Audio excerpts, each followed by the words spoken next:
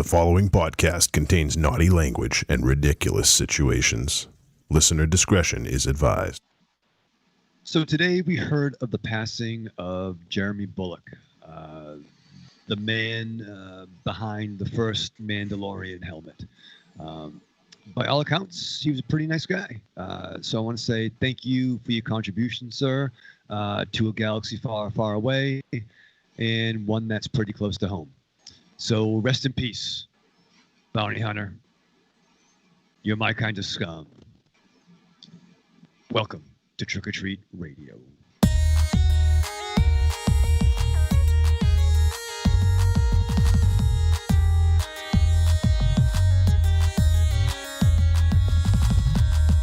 Welcome all you little zombies. You're listening to Trick or Treat Radio, starring the Deadites.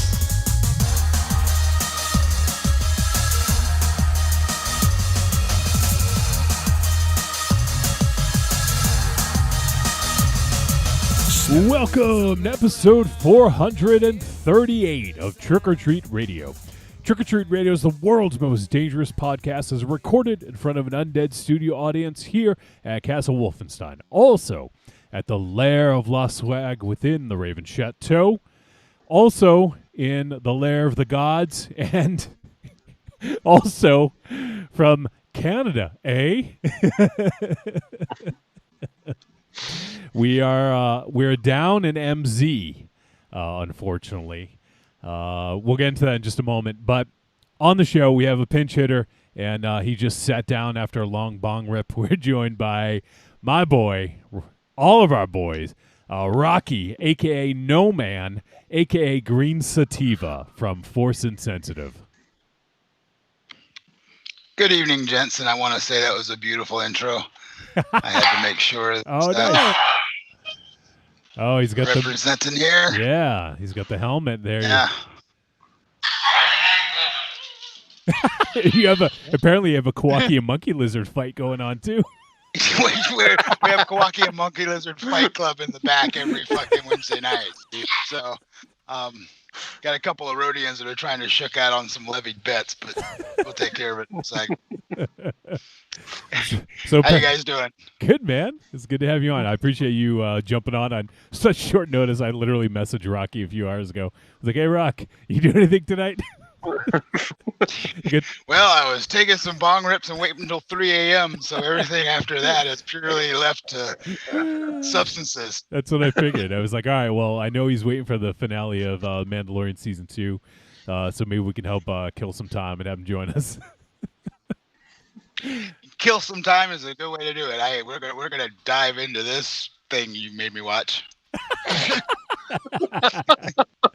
So we're actually going to be doing a little something different here. So yes, so MZ is unfortunately not with us this evening. He's been doing pretty good, and then what do you mean by not with us? On the show.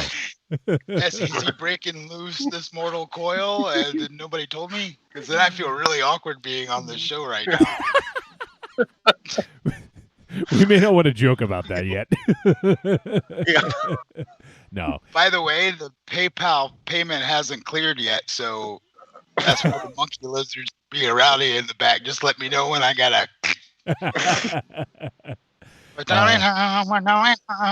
You know what you need to really top off your Star Wars collection is you need the ice cream maker.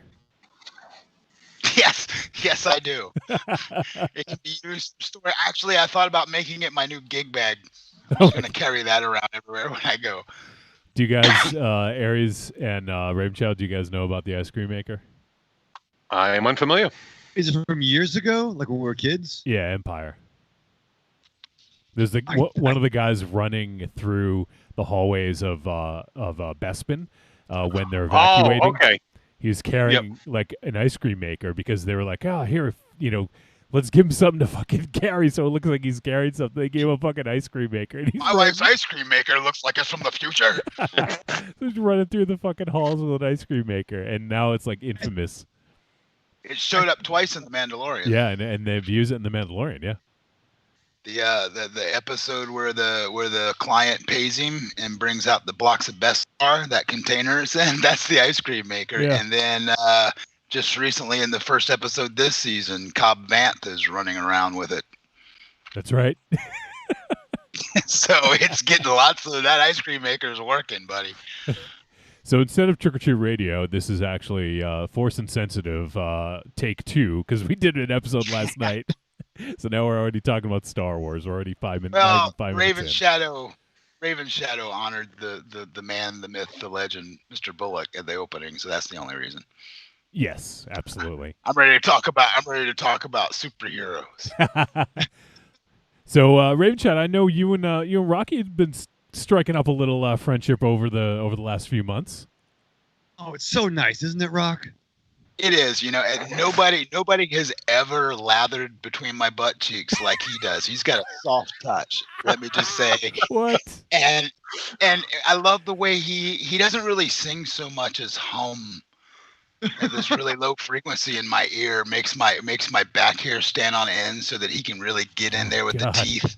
Oh, God. It's awesome. I love you, Raven Shadow, more than words will ever know. Where are we going? What's going on here? You asked. I think I'd rather. I can't get past the word lather. What? I don't know what that means.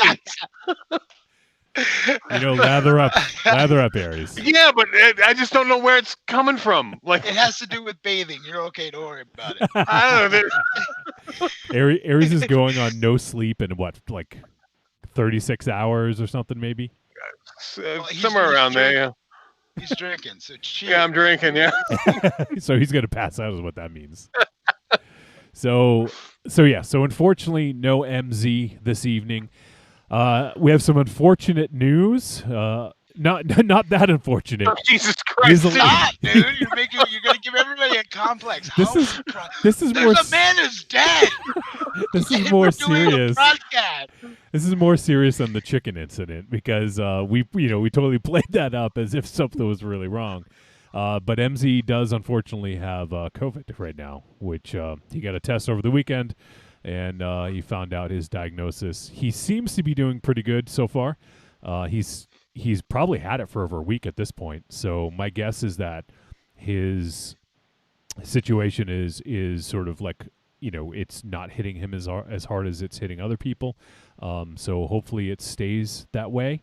Hopefully, you guys keep MZ in your thoughts. I know there's a lot of people affected by this, so we don't want to be one of those, one of those shows or people affected by it. And I just found out right before the show that someone else we know, Raven Chat, I won't say names, obviously, but someone else we know has it as well.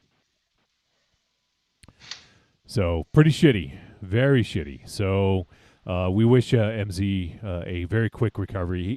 He's not with us because he had a headache today. So I think that generally he's doing all right. But just let you guys know, he said that he was going to bail out because his head's been killing him all day. So you don't want to come on this show with a headache. It'll only get worse. Wait a minute. Wait, Rocky, you should be. I call bullshit. Is my life less We sacred than didn't give you that warning not to come on with a headache. Yeah. that movie you gave me combined with the headache could have put me into some epileptic fit, man. Just be glad I didn't give you the other movie. But I was about to start it until I realized the time, and I was like, I'll only get 20 minutes.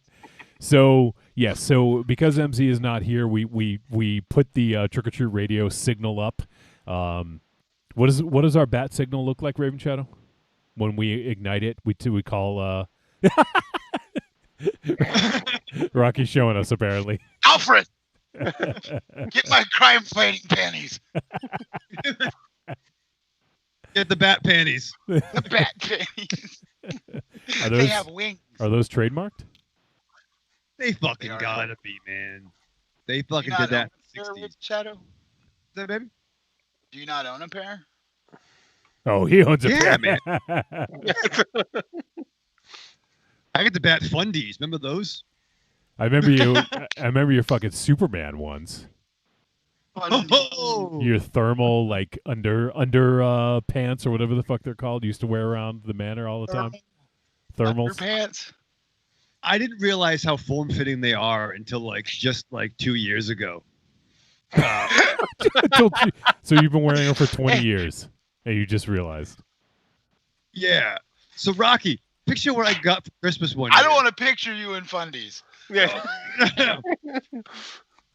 You know what I'm fucking talking about, right though, Rock? I don't know what anybody's talking about. I'm really on a lot of meds right now. But you know. No, I have a very form-fitting blue, pant. That thing you wore when you were hanging from the sex swing. Yeah, I remember that. Yeah. But it has a fucking Superman S shield over the fucking brajol. And the fucking weird and I got that for Christmas one year. From who? I don't want to talk about it. From his mother. Oh! There's some Oedipus issues up in the fucking shadow. Oh, we have Superman. Marion is in the chat. She says, Rocky, hello to all you gents. And also Evil Corny says, hey guys, and Rocky. Oh, tell Rocky to go fuck himself. Huh. Uh-oh. No. Are we getting... All right, as long as it stays above the waist. This is adding a whole new element to broadcasting. This is with why you. I told you never want me on camera, Yeah. dude. Ever.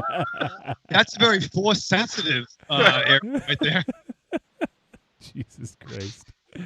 So we are broadcasting live from 4 locations, and now we're international, I guess you could say. Although I guess Canada is still part of North America, but we're international on this episode. We'll go with that. Raven Shadow, you got the Canadian flashbacks? Oh yeah, man. I mean, they're better Americans than we are. They really they have all the same shit, but without a lot of the fucking nonsense. You know what I mean? No, we got our share of nonsense too. Yeah, To be fair. But You can't trust those fucking Canadians. They're just hanging up there waiting to invade. I'm on you guys. With our flip top heads and shit. Acting all fucking nice and shit. I'm on you. Yeah, well, it's the double whammy because originally I was Southern from the Southern United States. So they do the same thing. They're very nice to your face. oh shit, yeah. And you got a pretty mouth there, boy. Oh, On in. Jesus. Ding, ding, ding, ding, ding, ding, ding, ding. So Like banjos. So what we're doing is we're having Rocky join us for the first film, and hey, if you want to hang around, Rocky, and hear us talk about the other film, you're more than welcome to. I know you only had enough time to watch one film. I want to because I'm on camera. I might hang out just enough so I can taunt Mars on camera. Because I have seen enough of his foolishness with his camera being on, and it's horrible. And he'll pace with his camera. Yeah, and there you go. And tag and Rocky's going to tag in for the hot tag. He's going to tag in Dynamo Mars to join us for the second film. So we do have. If I get a hot tag, I might go out like MZ. I don't want that to happen. It takes 2 people to fill in for Matza Zero. So Right. On short notice, when we have 3 hours notice, we basically farmed out one film to one person and one film to another. Double up Hey, listen, guys. We double up our efforts. We'll double up efforts. I just want to go lay down in Raven Shadow's lap. That seat looks so comfortable right now. Seriously, man, just come over. It's actually not. It's actually not that comfortable. The fuck, Johnny? Sorry, Are you Raven fucking Shadow. It's not that comfortable. I'd rather sit in that folding chair. You know what we call Johnny on Force Insensitive? The mood breaker. So he doesn't like fun. Or fundies. He likes fundies. He was telling me he was playing Assassin's Creed Valhalla, and I was like, yeah, is the game any good? And he's like, what game? He's just running around his apartment in Viking gear, fucking and slinging knives at the dog. It's fucking weird. You know what's funny is I've had the game for a month and I haven't even played it yet. Although I'm officially off work for about 3 weeks now, so I will probably be playing some form of games. Fuck, man. Aries and I are shoveling. Every day I'm shoveling. Shovel it. Yeah. Hey man, I'm in Canada. I've been abused by the shoveling myself more times than I can count, so I feel for you cats. Like I said, the fact that it hasn't dumped here yet is crazy, so I've got the feeling that when it finally does happen, I'm going to be snorkeling my way to the front drive. Evil Courtney says, yeah, John Candy was an operative. Canadian operative. Well, we've all seen Canadian Bacon, right? Oh, yeah. He was an operative. He was. That was his cover. Yeah. Pretending to not be an operative by pretending to be an operative. And Evil Courtney says, Rocky knows what bless your heart means in the South. That's I do. Corny told me What does Bless it mean? your What does it heart. mean, Raven Shadow? it's not Yes. good. It's kind of like It means go fuck yourself. right. Yeah. pretty much. It's the kind way of go fuck yourself. Yeah, oh yeah, I've gotten it a few times. Oh, bless your heart. And My we, mom and my grandma were infamous for that. and we also have Matchel of Omaha checking in. What's up, Matchel? He says, love that Facebook alert. Reminds my dumb ass to hop on. Happy to help. Matchel, appreciate you coming in. So the two films we're going to be talking about tonight, we're going to be talking about Archenemy from director Adam Egypt Mortimer. And then afterwards, we're going to be talking about the remake of Castle Freak, the Shudder exclusive, directed by Tate Steinziak. So we can talk about those two films on the show. It is it's December double feature cram jam time. I know Raven Shadow was getting into the flow. You've been doing it. You've been watching the films early. I think you watched it before anyone else. Yeah. No, I watched the Castle Freak. I think on the Monday. I think right. The Is that when I Castle watched it? Freak on The Castle Freak. on the Monday. Everything is the Well, Michael, the Mike, yeah, thou Michael Raven Shadow. Thou I art. am the Mike. So Jeff- that's what? Yeah, for me. No. Why? So that's what we're doing tonight. And as I mentioned, we'll have Dynamo Mars joining us later on for the second film discussion. I think he was also digging himself out of snow. Of what? Oh, snow. Or yeah. Yeah.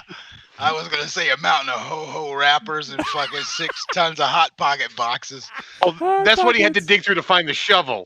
And then, Exactly. Match of Omaha said, just another Manic the Monday. That's good. Yeah, as we found out on Forced Insensitive last night, Mars thinks that cheddar and broccoli Hot Pockets are health food. Oh my god. I have not laughed so hard in a long time as I did last night having his health food conversation. Fuck me, dude.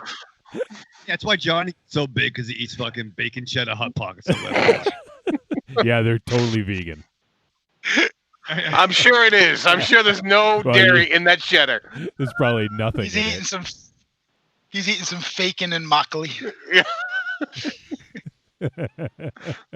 Raven Chow, you still like your Hot Pockets? You still eat them? I still do. Yeah, no, I got to go to the grocery store. But I've been kind of like running on fumes. so I Mom, wasn't sure. Mom, I need some Hot Pockets. Some Hot Pockets now. I mean, but see, Raven Shadow is under no delusion that the Hot Pockets are a healthy food substitute, whereas Mars delusioned himself into thinking that he was full-on vegetarian health watching by having a cheddar broccoli Hot Pocket, not just one, because Johnny asked him, he's like, well, how many did you eat? We can't just eat one. The other one. And Johnny's like, save it for later. And then that's not the kicker is he gave us all his menu for his dinner, but then an hour later other things started showing up because you hear smacking. It's like, what you doing? Oh, I'm eating a Twinkie. Chasing it down with a black cherry Dr. Pepper. It's like, yeah, that's negating that Mockleyan take quite well. Mockley. Oh, is that like his impersonation of Morat?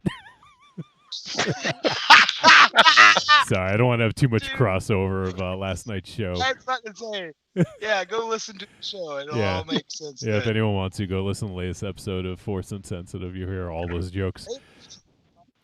Raven Shadow sent us a voicemail.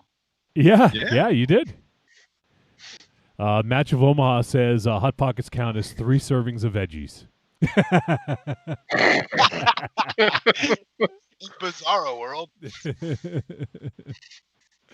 Oh, those fucking Hot Pockets, man. I don't know what a calorie is or what that. I don't even know what a. I don't know. Well, anything you don't about even me. have to fucking worry about what a calorie is. It's true because my Italian biological makeup is enhanced by Earth's yellow sun, so I just like. shit. You have like fucking Wally West's metabolism. I do have Wally West metabolism. Yeah, but not the speed. You can't move fast. You just have the metabolism. Yeah. That's not what it says on the bathroom wall at the pub. It says delivered to you hot, ready in 30 seconds or less. At the Raven Chateau. Ooh, what the fuck, baby? Come on now.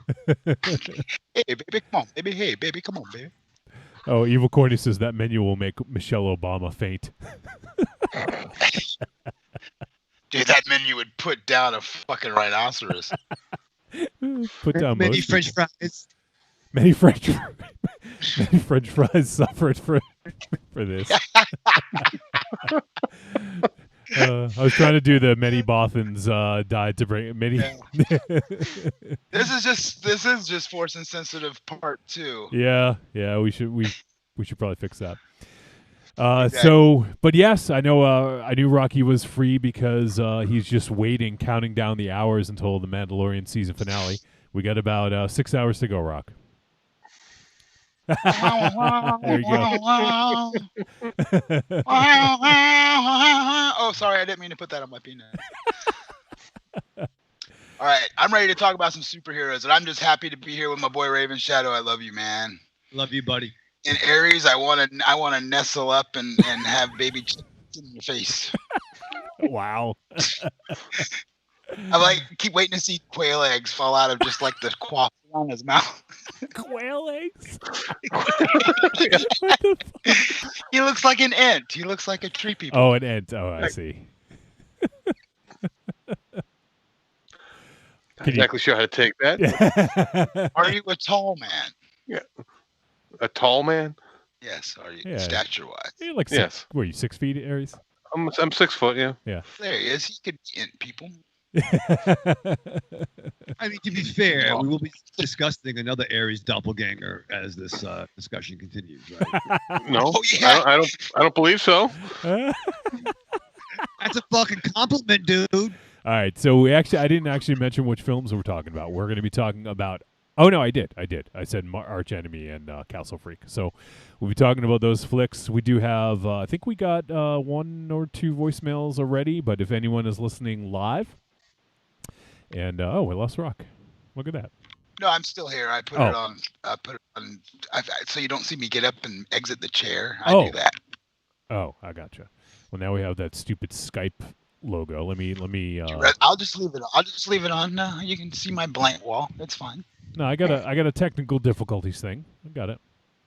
Let me even know when better. you're back. I got a technical difficulties graphic to put over your camera. So I was going to put up my logo from my porn site, but that's better. oh, gay babe. Gay vape. Oh, how did I know this was gonna happen? And now Mars is gonna join us later. It's really just gonna be fucking Force Insensitive Part 2. Well, I hope Aries has got his conductor's cap on, because keeping this train on the rails is going to be a fun time for him. I'm just looking forward to yelling at Mars. Aries has been like so excited when he found out. Yeah, that's what you would use at Mars. Oh, I get to yell at Mars. It's been a long time since I yelled at Mars. That's the only reason I log into Force Insensitive. To yell at Mars? It's fun, isn't it? Yeah. All right, so I do want to kind of wrap things up because we did get a late start today. So I want to go ahead and get things wrapped up so we can start talking about some movies. And so, first of all, let me just say that we released our new Patreon episode. It is available. We're talking about the some of our favorite Christmas horror, and we had a good discussion. And MZ made a top 5 list. We talked about some those and some honorable mentions and some other flicks that we dig. And then I don't know. We're looking for some more. In 2021, we want to add some different segments to it. So, like, if you guys want to hear Raven Shadow do, like, flashbacks or, like, do reaction videos or something like that, we want people to make recommendations for what to do on our Patreon. So, in order to do so and in order to hear those and be a part of that, you have to be a Patreon supporter.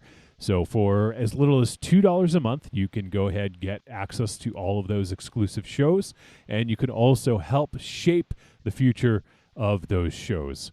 And in doing so, even if you join the lowest tier, you get access to most of our Discord community.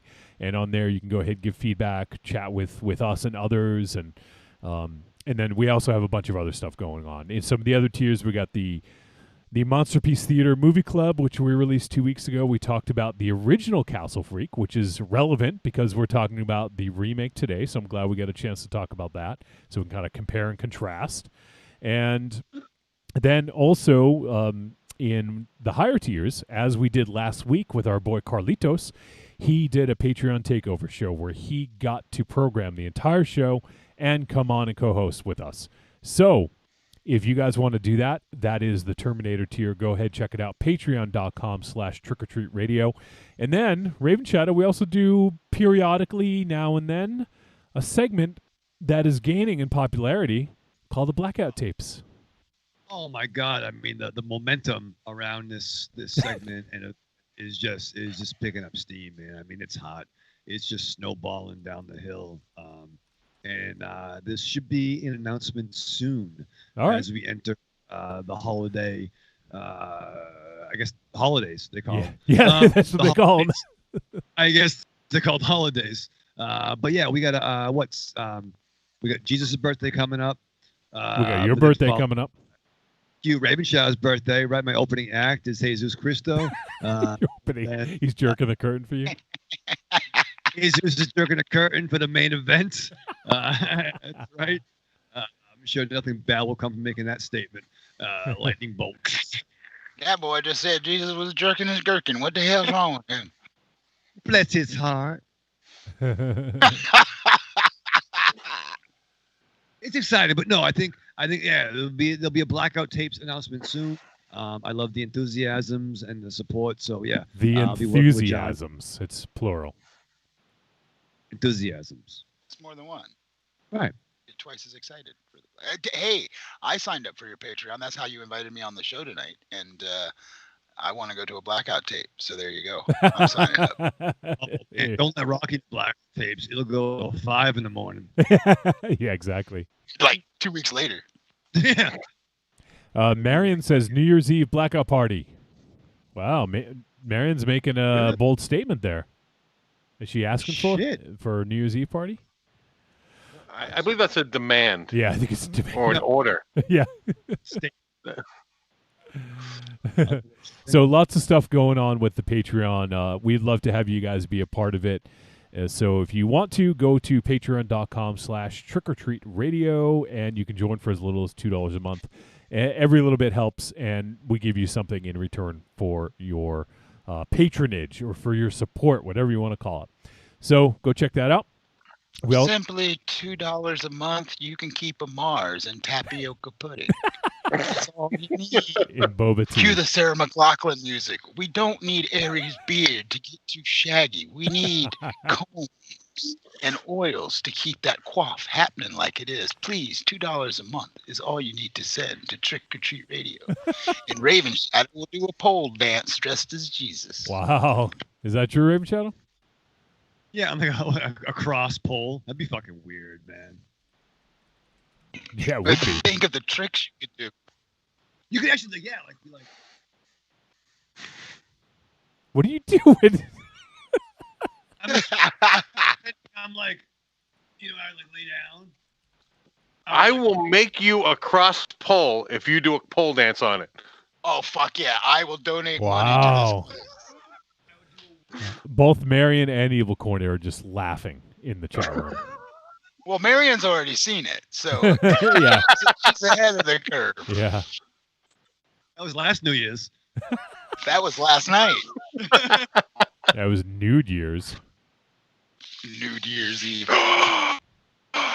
There's your tagline for the blackout tapes. New Year's Eve. I'll get on camera. I don't care. I'll get on camera naked. It's still rated G. Ken doll? I'm as anatomically correct as a Ken doll. Smooth. Oh, That's what happens when. That's what happens when manscaping goes wrong. Watch your face, Aries. All You'll right. come back looking like a question next week with no features. Question. All right, so that is the spiel on the Patreon, and we also have a few other ways you can help support the show. If you guys head over to trickortreatradio.com, scroll down, you're going to see the Amazon logo. Raven Shadow. We're going to switch it up a little bit. What do people do when they see the Amazon logo? Oh boy. Oh yeah, no, you go down that and you click on that link, and then you can like buy all your fucking shit on the Amazon. Because on the Amazon. yeah, you're gonna buy Is this shit. like one of those sushi bars where things show up on Wonder Woman? Yeah. Yeah. So I mean, you use that link, you click on it. It doesn't cost you any extra, Johnny. Oh, you Yeah. flipping the script. Wow. But, well, Raven Shadow, it helps them keep the lights on. It does. It's another way to help keep the lights on. Yeah, I thought that's what we were doing there, but I think thought you were saying we're gonna switch it up, and I did that, and you got mad at me. I didn't get mad at you. That's fine. I was just trying something new. It was off the cuff. I didn't have anything planned. Yeah, You did okay. me either. Yeah, well, story of your life. Yeah, it's hey, Raven Shadow. You know, okay. All right. That's So fine. the other way, well, just to add on to that. So, everyone is, obviously if you ordered something in the last 4 weeks and it's being shipped USPS, you'll probably get it in about 4 months. So Raven Shadow, yeah. they're on your timetable. I am the innovator. You are the innovator of silence. That's his new excuse. I shipped it at Christmas time. I don't know what happened. Yeah. Corny. Christmas starts in October in New England. Okay. So anyways, it's probably too late now if you want to get something in time for the holidays. But if you want to, you can do it. What Aries just said: buy something now and be like, oh, I don't know what happened. I ordered it like a month ago. It's not here yet. It must be held up in the mail. You can pull that. Right, Raven Shadow? yeah. He's probably he's taking notes. He's got 50 light bulbs going off above his head right now. If you order through Raven Shadow shipping and you get your little email update to let you know as we'll ship by at the bottom, it just says if I wake up in time. I'm working on it. So you can do that, or if let's say you get some gift cards, or after the holidays you get a little extra scratch. You want to buy something for yourself?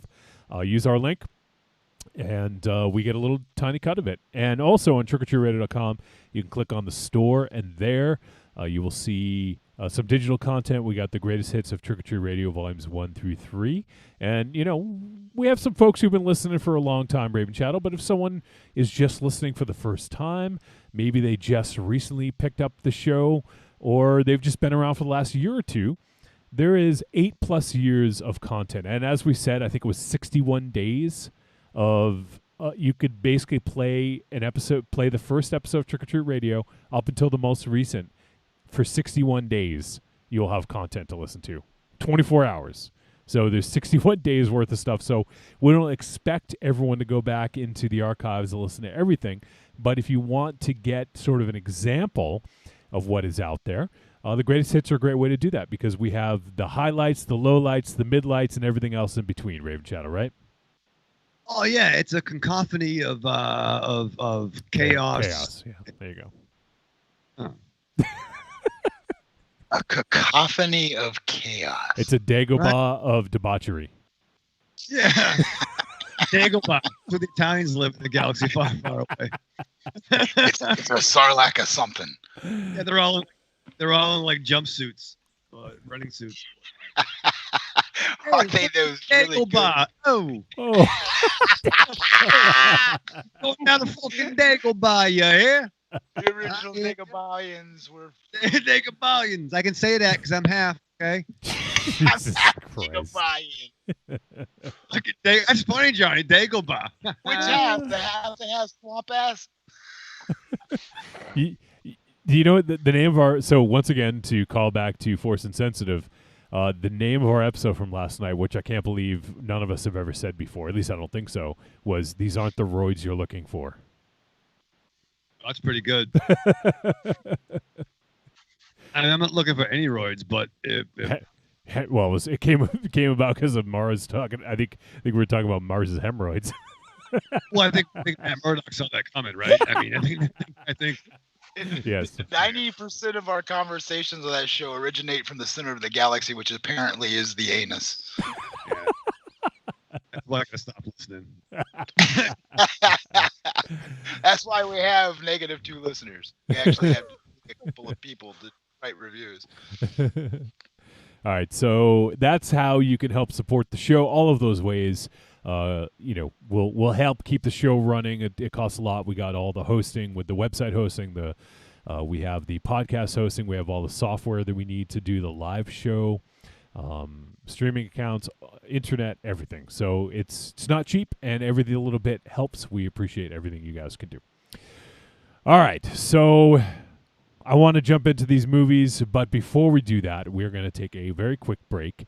But before we do that, Raven Shadow is going to explain to us how he prepared for these movies, because like Raven Shadow has this whole... We haven't talked about this in a while, Raven Shadow, but you have a whole ritual. When you get ready for a movie, you have to do this whole thing. You got to get ready for it. You got to get the fucking Hot Pockets flowing.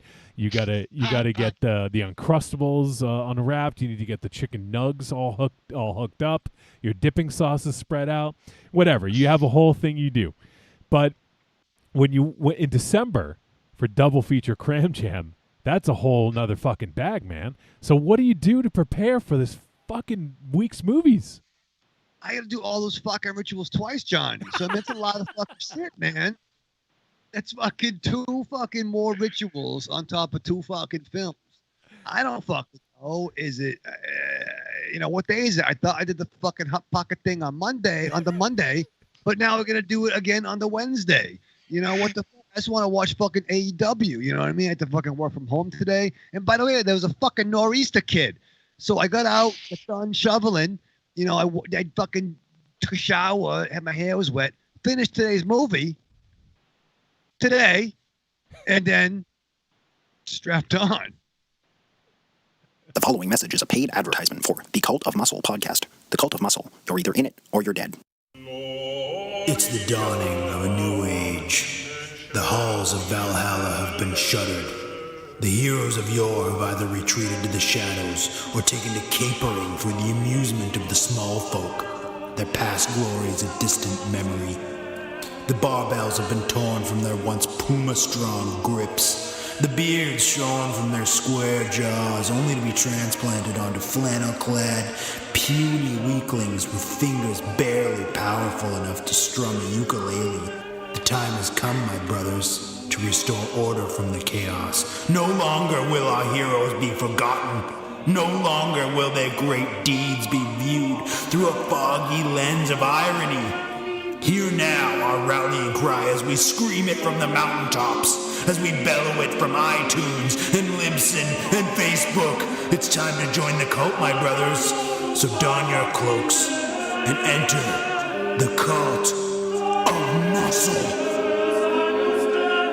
Thank you guys for having me on. It's a blast. You guys are awesome. Thank you so much. And, Trick or Treat Radio, man. That's where it's at. That's the new Fangoria Radio is Trick or Treat Radio. No. Don't say that. It's like, You really put us under. it's like swearing in church. I You don't know. just jinxed us. Yeah. you put a lot on our shoulders just now. Well, we can strive for You greatness. guys are awesome. Yeah, you really just are. You got say a that again great show. slowly. Oh, delicious nerds. Ms. M knows you like to chat it up with other sexy shut-ins about comics, movies, video games, and your favorite TV shows. If that sounds like you, cuddle up to the Trick or Treat Radio Facebook group, or the FIB. That stands for Fan Interaction Board. Just go to Facebook and search for Trick or Treat Radio and have more fun than a Jedi at a lightsaber sale. Not enough? Watch us on YouTube, The Deadites TV, all one word. Last but not least, check out the world's most dangerous talk radio show, Trick or Treat Radio, at trickortreatradio.com. I could be standing outside a woman's prison in a fistful of 50s and a bouquet of dildos, and no woman would come near me. Did you say a bouquet of dildos?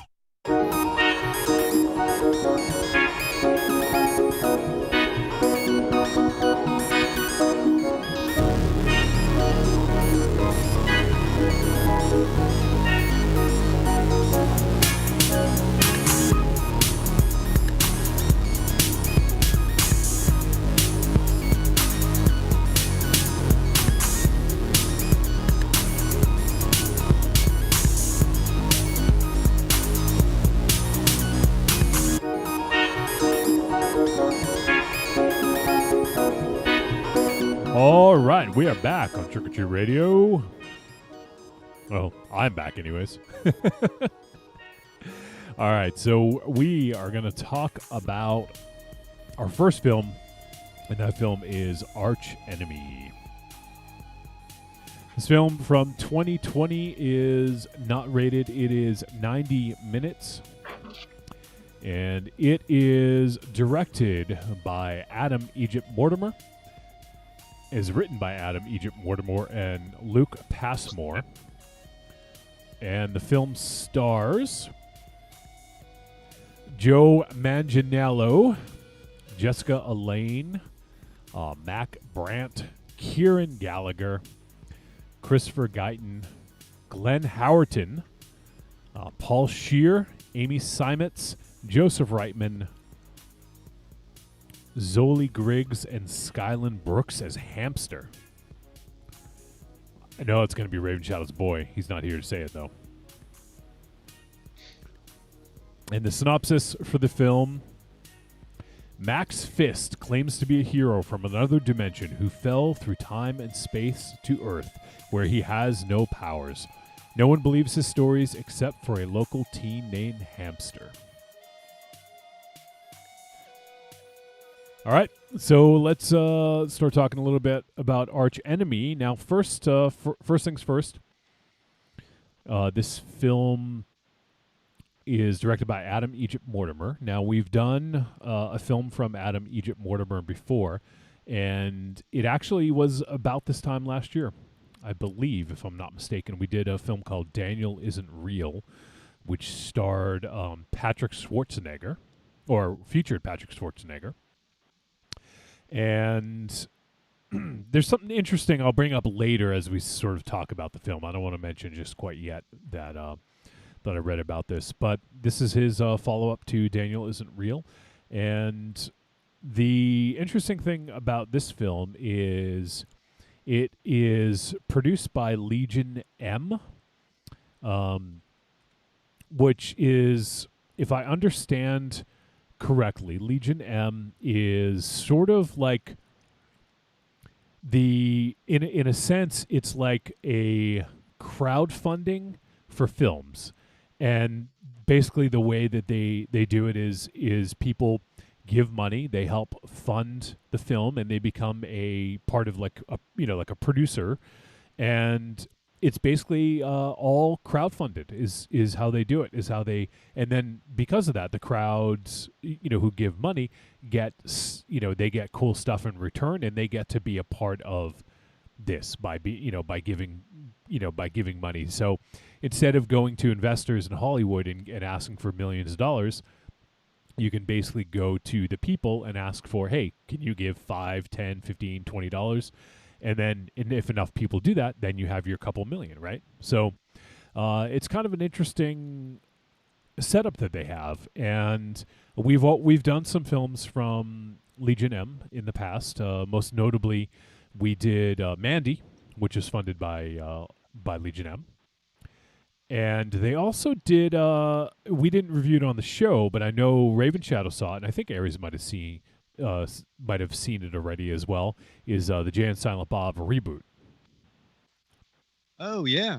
So I have seen that as well. Oh, and Rocky did too. So I believe that that they've done those. Let me take a look at I want us to take a look at the other ones that they've done. They also did Tolkien, which was the story of J.R.R. Tolkien. They also did Field Guide to Evil, which we did on the show, if you guys remember. So they're a fairly new company in terms of what they do. So let me just see if I can read. I just think it's kind of an interesting thing. If anyone's interested in reading more, you can go to Legion M. That's just the letter M, legionm.com, and just read more about it. It's let's see. It says Legion M is the first media company in history designed to be owned by the fans. We're using disruptive new equity crowdfunding laws that allow people to invest as little as $100 to own a piece of the company. As an entertainment company owned by fans is more than just a fun idea. It's the foundation of a business model with potential to change Hollywood forever. So, okay, it was a little bit more than I said, not 5, 10, 15, but, $100 to own a piece of a film company is still, relatively on the cheap compared to, if you wanted to get in film other ways and start being a producer or funding things, So I think it's kind of cool. And then they solicit ideas from, from the people who buy in as well, which I think is always kind of interesting. I'm not part of Legion M, but I do get the emails from them and kind of see all the different projects and stuff that they're doing. It seems like they got a pretty good gimmick. I don't mean to trivialize it by calling it a gimmick, but I think it's a pretty cool thing they got going. So. What do you think of that, Raven Shadow? No, it's more of like an angle or to circumvent, the established trying to machine. Exactly. Trying to disrupt things and do things in a different way. It's and basically their thing is fans of the world, we unite. It says individually we are consumers. Together we have the power to shape the industry. When fans unite, we have power. After all, it's our eyeballs and wallets that fuel a multi-trillion-dollar global entertainment industry. Legion M's long-term goal is to unite 1 million fans as shareholders of our company. If we achieve that, we'll have hundreds of millions of dollars to develop projects with 1 million people standing behind them when they release. We believe that could make us one of the most influential companies in Hollywood. So, kind of cool. Like you could be a part of this thing, And it kind of gives a sense of ownership too, where if you're part of something, you're more excited. You might. You're going to tell your friends or you're going to be more invested in the project.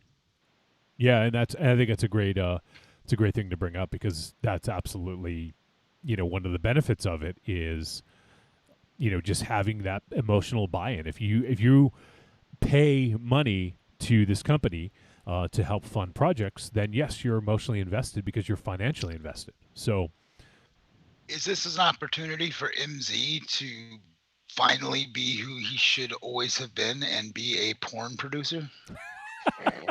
Well, I don't think they're doing those kind of movies, but maybe he could start his own. Maybe he could start his own. That's a shame. That's a whole angle they're not getting money on, man. Legion MZ. Like Legion Braziers or something. Legion MZ. Brazzers Legion. Legion. Let's get Axel Braun on the horn, Raven Shadow. Yes. I still want to. That came up in a conversation with me, Rock and Mare, and I want to talk. Yeah, me and Raven Shadow want to do a whole sexy Nightwing Red Robin thing, man. Nope. It's gonna be cool. Nope. Wait till you see the costumes. That's not gonna be cool. I bought them at PetSmart. It's gonna be wicked. Yeah. That is going to the bat pole. Cool. The bat pole. Aries is gonna build us the bat pole. Yeah. Anyways, if you put a bat pole in my basement, it'd be the opposite. So when you slide down, the clothes come off. Like you actually You tilt the bong back on his counter, and the fucking door opens up like the clock in the phone. All right, well let's jump into this movie because we got 2 films to talk about, and time is running out on us so far. So, all right, Raven Shadow. I had a feeling when I saw this one come through, I was like, all right, we got to check this one out. Raven Shadow, obviously, you're an unabashed fan of comic books. You have been for a long time. Aries as well, but you guys are big comic book fans. So, I understand, maybe you're not as maybe we wouldn't be reviewing like the, all the newest like Marvel movies that come out. But this is something that's a little bit more of a genre film that's rooted in a superhero mythology. So I had a feeling this might be right down our alley. So, Raven Shadow, what do you like? Obviously, people know you like comics. So what do you look for in like a comic book movie that's not like a Marvel one? Is there anything that you're looking for? I mean, that's almost like could be a whole genre unto itself, right? Yeah. I think when I watch something like that, I'm looking for something that I'm looking for a non comic book based superhero movie, something that would have its roots that could be a comic, or something that could be, on the 4-color page, like could be on the shelf next to Superman, Batman, whoever, and this movie. Yep. And there's been a couple over the years. I mean, there was what was the fucking one with Random Acts Dwight from The Office? Oh, Super. That was Super. Super. I think we're going to talk about the one we there did was- earlier this year, Random Acts of Violence. Oh yeah, there was that one. I mean, even down to there was a time when I know he can be a polarizing figure, but I still love him. I think he only really made one bad film, and I don't count Avatar because I'm just too goddamn old for that. I like M. Night Shyamalan, and I think Unbreakable. There was a time when Unbreakable was the best, one of the best comic movies that wasn't a comic book movie. You know what I mean? But yeah, there was Super. I mean, hell, it goes back to even Condor Man.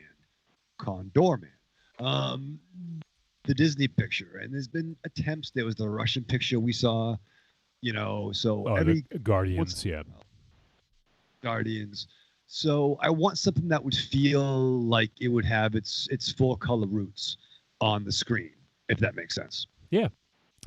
Well, and that's interesting because I think obviously we'll dive into this film, but I think that they, for an original story, I think they did a good job of representing that. We'll kind of get into that. Aries, also I know you are a big fan of superheroes, comic books.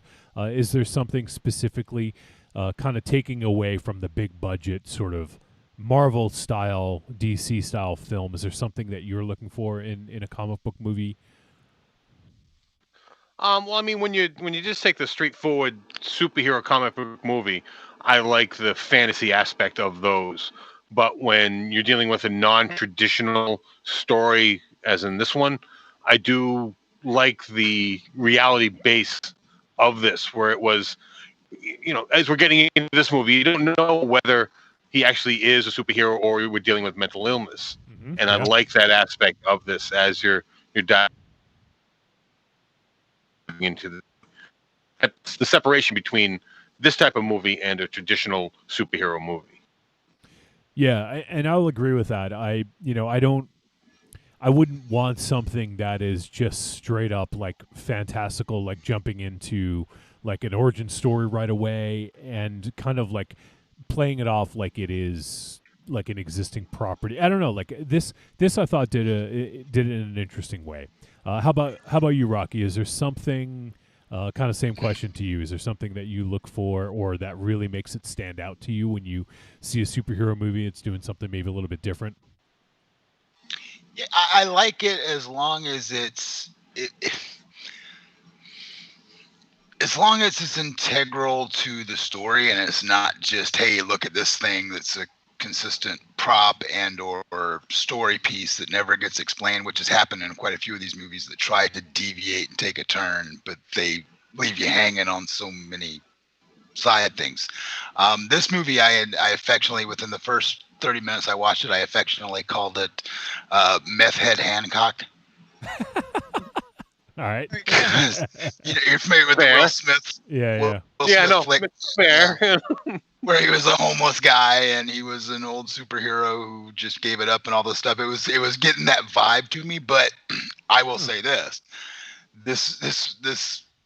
was executed in a far better way than Hancock was, in my opinion, just from the story they were trying to tell. I have my issues with some of the things, but overall, when it started taking its turn, as Aries said, whether you were really wondering whether it was meant or was, became what kept me interested through it. I was like, is he, isn't he? Well, now I can't not find out. So,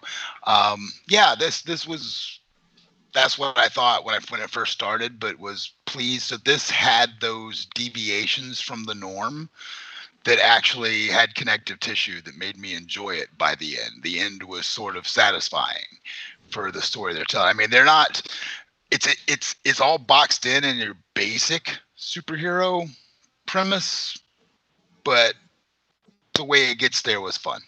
Yeah. And one other thing I forgot to mention is this is also produced by Spectre Vision, which I know MZ would have appreciated, which is Elijah Wood's production company. So whenever I see that logo on screen, I always get excited because they've had a pretty good track record so far.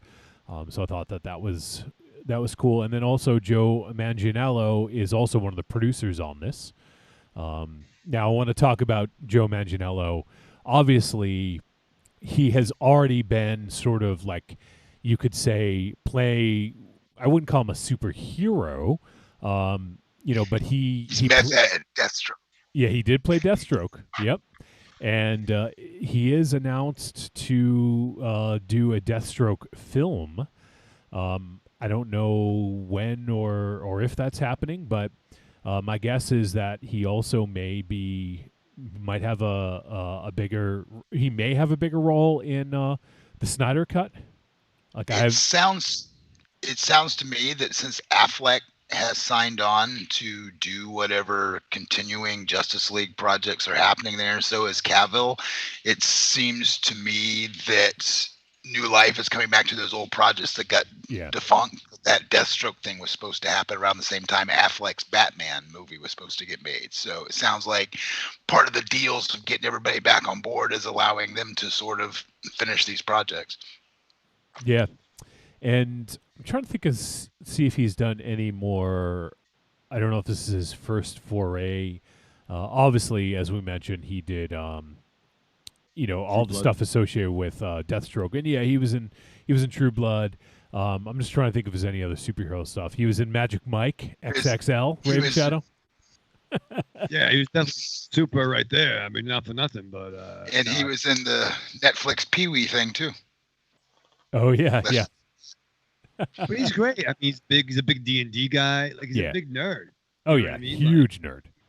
And perfect. You know what I mean? Oh, he was also Flash Thompson. That's right. That was another. I forgot about that.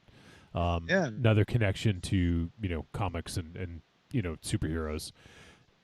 But he is. Go ahead. As a side note, Raven Shadow, because you're a fan too, and I'm a big mark for Slade Wilson.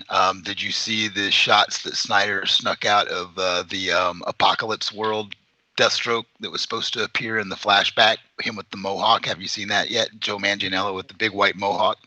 Really? No, I never saw that. Yeah, it's fucking badass, dude. Go look it up. I'll see if I can find it. It was a while back, but yeah, when Snyder was releasing photos of stuff, they released that. And anyway, he's a sexy man with a mohawk. Just saying, Mangianello. He's a werewolfing. So Raven Shadow, what did you think of Joe Manganiello in this role? Did this seem to fit him? Did you like him in this? Yeah, I mean, I dig the dude. I mean, I've not seen all his work, but I mean, I think Rock's pull of Hancock was pretty good. I didn't think of that. What kind of came to mind was the Rollins picture we watched He is Oh. still here. No, he no, won't die. no. Something he died. Oh my He god. never died. Why is he still alive? Now, you know what I mean? Like when he I'm played. looking it up. I got to find out what that fucking movie was called. That Joe dies at the end. No, Yes. no. He's still here, but it kind of gave me that kind of vibe. He never died. He never died. Which I enjoyed that picture as well. I don't know if Aries was on. He might have had a sabbatical during that time. I didn't see that one, so. No, you Well, I should know check- your love. Yeah, you should check that out. I think you dig it. Aries got me into Rollins, along with drinking and smoking. But that's fine. But no, I'm just having fun with you. But no, I liked. I was interested, and I liked his two little friends. I liked Indigo and Hamster. I knew before you came back on. I said when I was reading the cast, I said, and I know Ray Michelle's going to love Hamster.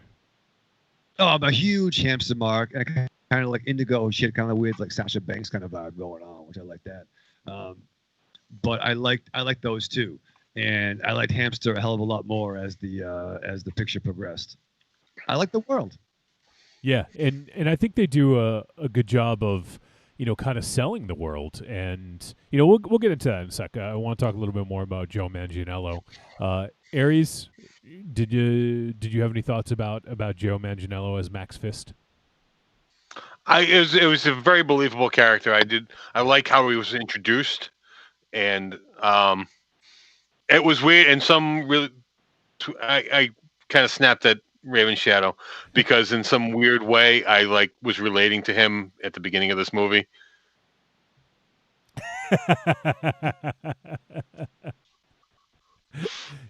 Yeah, fuck off. Aries is Max Fist. Yeah, it's Max not. Fist is my porn name. Not the best. Max Fist isn't the best superhero name, to be fair. Come on, dude. It's on the same level as Iron Fist. Let's be fair. I think it's a pass. What would I know it's you weird. What would you have named him, Raven Shadow? Captain Handsome Face. Oh, that's way better. Captain Beardy Pants. Yeah, Johnny Beardy Pants. I just think it's great Aries got an acting gig. How about you, Rock? What did you think of Joe Mangianello in this role? Well, firstly, I'm a mark because I was a True Blood fan of the show, just because it was so campy over the top. There were so many characters I dug, and he was one of them. And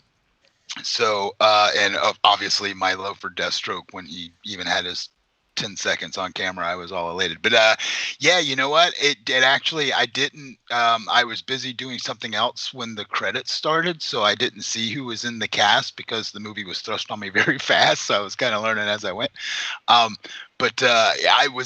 didn't even recognize him at first. It wasn't really until a few minutes in before I was like, is that? And then I had to go look it up on IMDb, and I was like, fuck, it is. So was very happy to see him in it, and I'm with Raven Shadow as well. I really liked the evolution of the Hamster's character, especially when, he started realizing shit's going awry. It was like, well, he's starting to see things in a different light now. I enjoyed the journey of Hamster's character. Yeah. And did you guys also recognize Glenn Howerton, who in this played the manager? Because it took me a while to actually realize who that was. I was, dude. Harry's. Have you ever watched It's Always Sunny? Stop it! Is that yes? Yeah, it's Dennis. Is that the brother? Yeah. That's Dennis. Yeah. It Yes. Yeah. Holy shit! I didn't even see that. See? I was Either. watching I it did for. not put that together. I knew Yeah. he looked familiar. Fuck me. Yeah, I was watching it for a good 20 minutes. I'm like, this dude is so fucking familiar. I just can't place it. And then I was like, I looked it up. I was like, holy shit. He looks completely different with a fucking mustache. That's fucking amazing. I have witnessed 2 performances by comedic actors doing something different in 48 hours. That's amazing. Shit. Between him and Bill Burr on The Mandalorian last week, dude, this has been the pinnacle of my viewing, has been the fact that I now know that that's fucking homeboy from Always Sunny. I'm blown away right now. Yeah. It's crazy, right? Shit, I was watching that fucking with the blonde hair and like the blonde hair with like the brown hair sideburns or what the fuck he had in the mustache. Oh shit. The Joe Dirty. Yeah. But obviously he's been in a lot of other stuff, but that's the probably most recognizable, thing that he's been in the last several years would be It's Always Sunny. If you've seen that, I mean, he's in I think he's in every episode. But that's amazing. I'm so astounded by this right now. Yeah, he's been in other stuff though. He was in shit. What is I lost? I was looking through. He was in the Fargo TV series. Which season? It just says 2014. I don't know. Oh. He plays Don Chumph. Yes. That rings a bell. Yes, the great Don Chump. He wasn't no chump. To be fair, though, I mean, certain comedians have a history of playing like, serious roles. I mean, whether it be fucking Robin Williams, Michael Keaton. I mean, yeah, it's a pretty good pedigrees there, for some stuff. Yeah, absolutely. So I just thought that was kind of funny because I was like, this dude looks so fucking familiar, and it took me a while, but. Trying to think if there's anyone else in this. Oh, and comedian Paul Scheer, who played Krieg. You recognize him, Raven Shadow? Oh, I mean, I know. Do I recognize him? I recognize that dude. Because I'm pretty sure that Rocky has been in some of those rooms, too. With guys like that. Well, it depends, officer. Dude, mantis with a gun and a lot of coke, right? I mean, oh yeah, that was yesterday. I mean, years ago, not now, but I think I think you and I have been in the same rooms with different dudes at different times. I have definitely been in a room with a cat like you. There was a dude I knew back in the early 90s named Gordon that you remind me a lot of. Ever since I've started watching Trick or Treat Radio, I've always been like, Raven Shadow reminds me of somebody I know, and it dawned on me about a year ago. I was like, oh yeah. So I've been in the room with you many times, and spoiler alert, we was fucked up. And also, just kind of a funny, just a cool little side note, is we know someone who worked on this film, and that would be part of the additional crew. It was the assistant to the director, Izzy Lee, who we've had on the show. Really? Yeah. So she was the assistant to Adam Egypt Mortimer, and thought that was kind of cool. Is that really that guy's name? I was thinking that too, Rock. Adam Egypt Mortimer, is that like, because that sounds like something somebody was like, I want to sound like the most prolific director of my day. Adam Egypt Mortimer. Well, I wonder if he's a big fan of Trading Places. Nice pull. Yeah. Nice pull. We're back. What was his brother's name? Mortimer and. Oh shit. Was it Stedmore? Stedmore? Name. Stedmore. Stedmore or something like that. No. God's gonna bug the crap out of me now. It was Randolph and Mortimer Duke. Randolph and Mortimer Duke. Where the hell am I getting Stedmore? Jesus. Because you're thinking of Statler and Waldorf, who Oh, are two okay. on the balcony. Yeah. I call it. I'm with you. Me and you are there, Larry. I'm working with you, buddy. So yeah, it's kind of cool. We know someone who worked on this picture. So big ups to Izzy Lee. We had her on the show. I don't know, a while back, a couple years ago, and then she also was I think it was mostly probably not to support us, but to support Jared Blinkhorn. She showed up to our first ever live show that we did at that theater. Oh yes. Yeah. So kind of cool. But yeah, so let's dive a little bit deeper into the flick now. We've talked, kind of on the surface stuff. We unfortunately probably won't be able to get too deep into it because we have another film to discuss. But this was a gritty genre comic book superhero flick. And I like the way they took this because, like you guys have said previously, this was one of those things where, is this dude fucking serious? Is there actually a Max Fist? Or is he delusional? Is he on drugs? Is he, is there something wrong with him? And he believed so deeply in it, like he was so convicted about what he was saying. Like you could tell that there was belief behind this. He believed that this was true, which in turn made you as the viewer be like, oh yeah, okay, I can completely buy this because this guy seems so serious and like this is something that legitimately is real, It reminded me too of a lot of arcs. What comes to mind, I mean, a lot of the hero. You read comics enough, every hero encounters something. There's always the lose your powers issue or episode of a TV show. There's always the turning bad episode or issue. And there's always Oliver Queen got herpes. You're right. Well, that really happened. Lots of times. To be fair, the arrow was fucking red. I'll tell you that much. Jeez, the red arrow. Red arrow. Yeah, I don't mean Roy Harper either. He did a lot of drugs. But there was even a Jeff Johns Wally West story where Wally, was in another world where he wasn't fast and trying to piece his life back together. So this is a classic like hero trope. So on one hand, are we seeing a pre-established hero into this world, or are we seeing, a delusional, man? That's the question. Yeah, and I think he played this perfectly because, I mean, he looked the part, right? He looked like someone who could conceivably be living on the streets. But there was also this like strength and grit to him. And obviously when you cast Joe Mangianello, you kind of that comes with it, right? Like he's a big dude, he's a strong dude. And a lot of the things that happened in this like was believable because he played the role. Especially, we're not going to be able to break down the whole plot and talk about everything that happens, but there's that scene when he basically beats up the car, like that was. Did he though? I think the car got the first punch.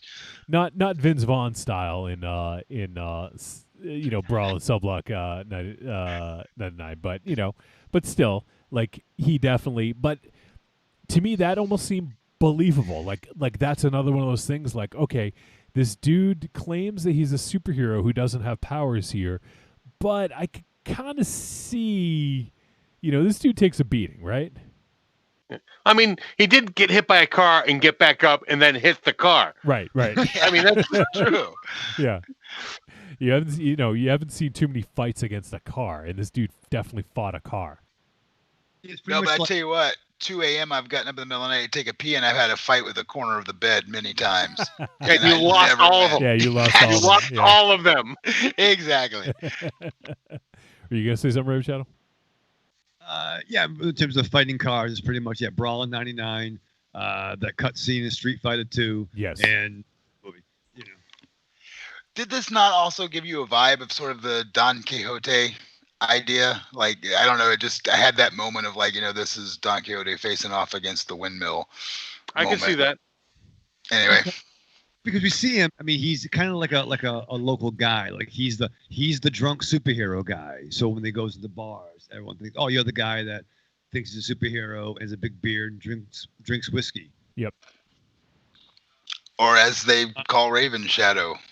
Or as they call him, Ares. Ares, yeah. have we fought many cars, Ares? Is there stories? 2. I'm not proud of them, but yeah, it's fair.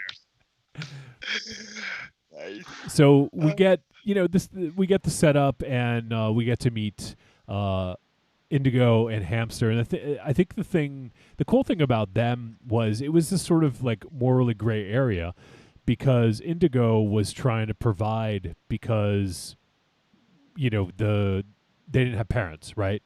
So she was trying to provide, and the way she provided was basically drug running or working for the manager, like who had this little drug empire, you know. So she had to do some shady shit, but she got paid, and she was able to pay the bills and take care of her and Hamster, right?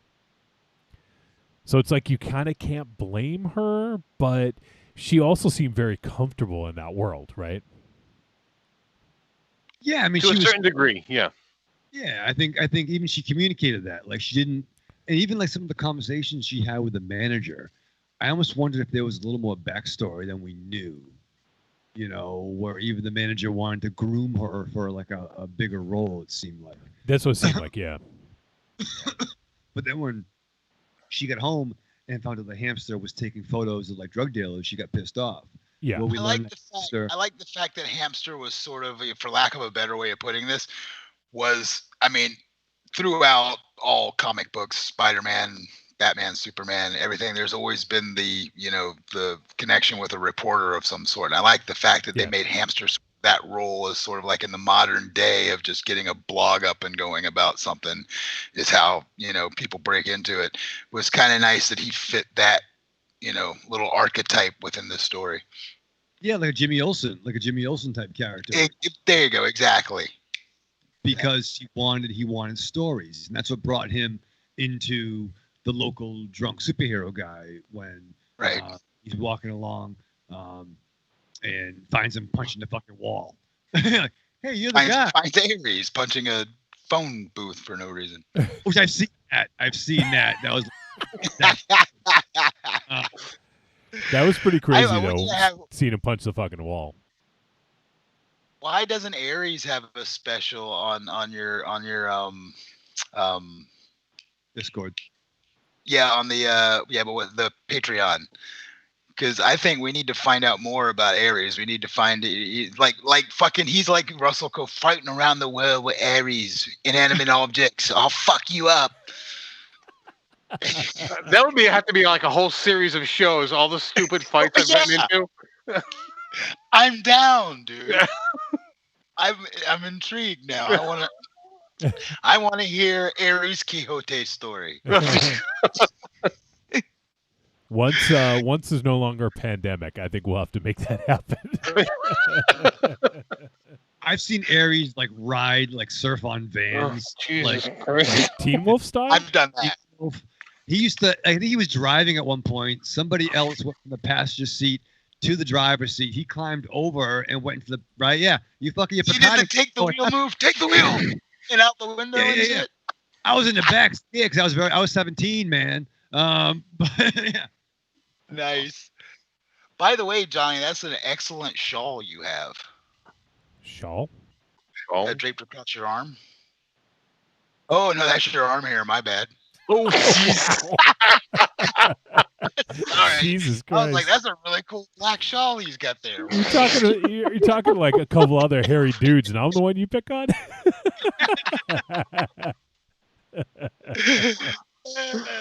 But it was beautiful because no one saw that coming. I got hairy arms. What of it? That's why yes, Wolfie. Ho, ho. All right, so and I think the cool thing that really grounded this flick was the interaction between Indigo and Hamster. So Hamster was sort of, he had aspirations, but he wanted to be like a journalist, right? Like a journalist in this day and age where he wanted to post videos and to go viral. Like that was kind of like this big thing. You know, like he and Indigo both kind of talked about going viral, right? Like that's almost like fame nowadays is going viral. Unfortunately, MZ went viral not the right way we wanted to. Joke, like, I can't do the old spread the virus joke anymore. It's not funny. He's like, oh, shit. I hope he's willing and can laugh at this because I'd hate for him to stalk me and murder me in my sleep. Or go viral on you. Golden Girls right now. Yeah, he's either watching Golden Girls or fucking sleeping right now. Pick up MZ. Yeah. I'm gonna go with sleeping. I'm so tired. I guess he has a good excuse now. All right, so, but yeah, I really like these characters, and I thought that they grounded the movie in, insofar as we get this crazy fucking homeless dude who is saying he's a superhero, but we get this real struggle with these two who are just trying to like kind of make it, and trying to survive in this world, which is kind of like they set it up as like a dangerous world, right? So I thought that was a great way to kind of ground the film and make you, and I think I honestly didn't really feel for Indigo for a while. I felt like she was actively participating in things that she knew wasn't good for her. Whereas Hamster, I felt like he meant well, like he had this sort of like the sort of innocence to him, where I feel like the opposite about Indigo, where she sort of had lost that innocence because of what she was doing, See, I got the opposite. Really? As someone Okay. who pursues things that is bad for him, Yeah. I could relate. But no, I liked her originally, especially that scene in that room with the fucking That's dude pretty fucking scary. and the handgun. Like, I think you saw maybe some of the, I don't want to say, well, I guess I am going to say it, like cracks in the armor, but like, somebody else, like fucking, the movie Rush with fucking, from the Lost Boys. I guess I got to do the coke then. Jason Patrick, yeah.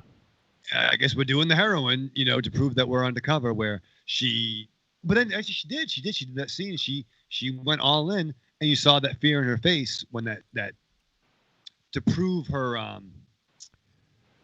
can I say it? To prove her Loyalty. loyalty. Right. Yeah. She all in, but you saw the look in her face where it was like, fuck, it could have went the other way. You know what I mean? Oh yeah. But well, I mean, I think that kind of says a lot about her character. She knew what she was doing was wrong. Like, you got that right from the get-go.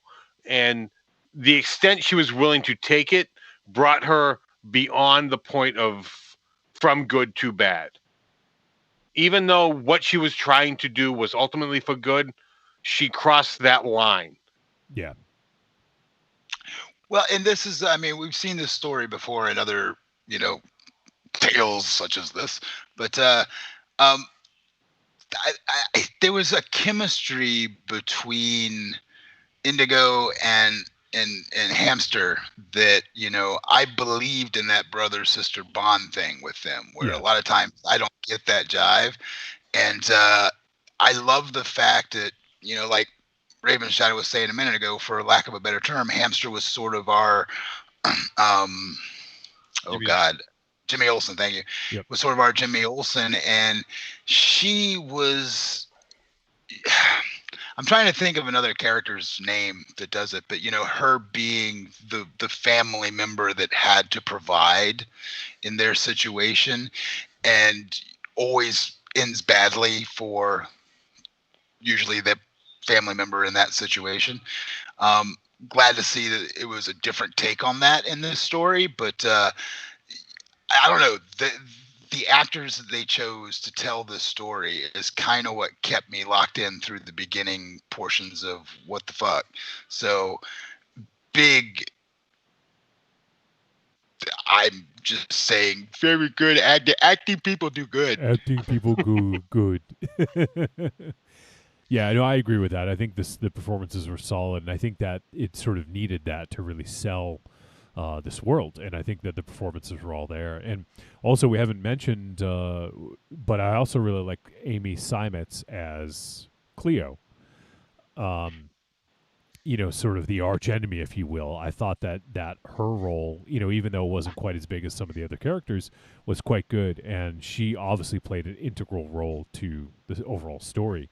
And I thought that she sold it really well, So I think the acting in this was really good. I got to call out the cinematography and the lighting. I thought was fucking perfect. And I did watch this with T-Dog, and she's more tuned into sort of the visual aesthetic than I am. But this had a very cohesive sort of visual aspect to it that sort of carried throughout. So I definitely want to give some credit to the cinematographer, Helena Hutchins. I think that this film looked really good, and I think the lighting, the way they carried it through, especially between the animated scenes and the live action scenes, I think worked really well. And they brought in some of those colors from the animated into the real world, which I thought made for a nice effect. I wanted to ask you guys just what you thought of the animation portions of this, because in the beginning it was a bit jarring to me, but by the end I really appreciated it. Yeah, I think the same thing too, because whenever I see that in a movie, it always sort of toes that line, like, oh, this could go bad. Like when you do it, like, I don't know if you remember, I'm actually forgetting the name of the movie, Raven Shadow, but do you remember that movie with Robin Wright that we watched that like halfway through switched to like an animated movie? Oh, the Congress. That's right, because Congress of the Cow. Yeah. But I think that was the name of it. And Just likes that Congress. I like that. yeah, but that was jarring because it was unexpected. But sometimes, like a film, I think that when you do an animated sequence, it has to really nail it, or it's going to seem very jarring when it goes to live action. And I agree with you, Rock. I felt at first that this was a little jarring, but as it went on, like I thought it really fit, and I think it's because they brought a lot of those colors into the world of the live action world that really made it tie together nicely. And the moment it happened for me is that exact thing when they made the color tie into the real world was at the point where he went back to his little alley and got his cape and suit out, and it was the moment where it was taking on that superhero-esque feel and the colors of the lightning in his cape and stuff like that. Yeah. That's what sort of made me start to appreciate the animation as it went on more, was that moment. So I think that's kind of what you're saying. The visual aesthetic when they start bringing it into the real world is what made it more cohesive. Yep. Yeah, I thought that was good. How about Raven Shadow? How about you? Any comments on the animation? I was a little concerned at first, where I didn't know, especially the poster art that we have up, and I wasn't sure what it was going to be like. I'm like, so my thought is like, is this going to be like a weird like Scanner Darkly type thing? Right? Yep. 100%. That's what I thought too. Scanner Darkly. Which is okay. I just didn't know if I wanted that at that moment, and I didn't love. So it's I don't think we've said this, but Joey Handsome Pants claimed Handsome Pants to be not only a superhero but from another either planet or reality. Yes. Yeah. So what? Chromium was the world. Chromium. Yeah. Yep. Chromium. So a whole different. So in a sense, without saying too much, it's like Superman. Like he gained his powers were enhanced by Earth's sun, basically. Like, and in the real world, he doesn't have any powers because they existed in Chromium. Right. So it gives him. So it's almost like he's on a planet of the red sun. Right. So true. Yeah. It kind of thing. So anything kind of involving the Chromium world would be animation. I didn't love the animation. I don't think it looked like Joey Handsome Pants. It was hard too because he had no beard, so it was kind of hard to tell. Yeah. Right. And say like, could you pick Ares out in the crowd if he shaved his beard off and just took off down the street one day? Do you think you could? I saw it one time.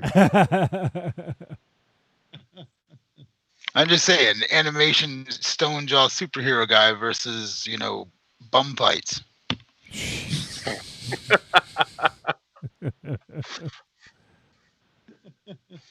But as we see the worlds kind of bleed together, I like there was a particular building scene that I fucking loved.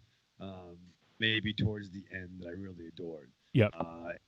There was a particularly scene of two colors being combined that I thought was kind of beautiful in a very dark, tragic way. Yeah, I think I know what you mean. But yeah, there is, I think that visually, I think this film worked really well, and I think that the way they brought in the lighting and the way they shot it, I think really helped to sort of marry the two worlds, and I think that worked especially well. We do have to wrap up this discussion because we're getting close to where we need to start talking about our other flick. So if you guys, I know we kind of just barely skimmed the surface, but if there's anything else you guys wanted to call out specifically, there's a lot to discuss here. There's a lot of stuff. Obviously, I don't want to give away any spoilers as we kind of reach the end, but I thought that the way this ended was really interesting. It was, in a sense, almost like, I guess I hesitate because this could be considered a spoiler, but it's almost like a reverse origin, right? Johnny. What? I'm looking at you, and I was going to say reverse origin in my head. But I actually kind of dug that. At first, it was a little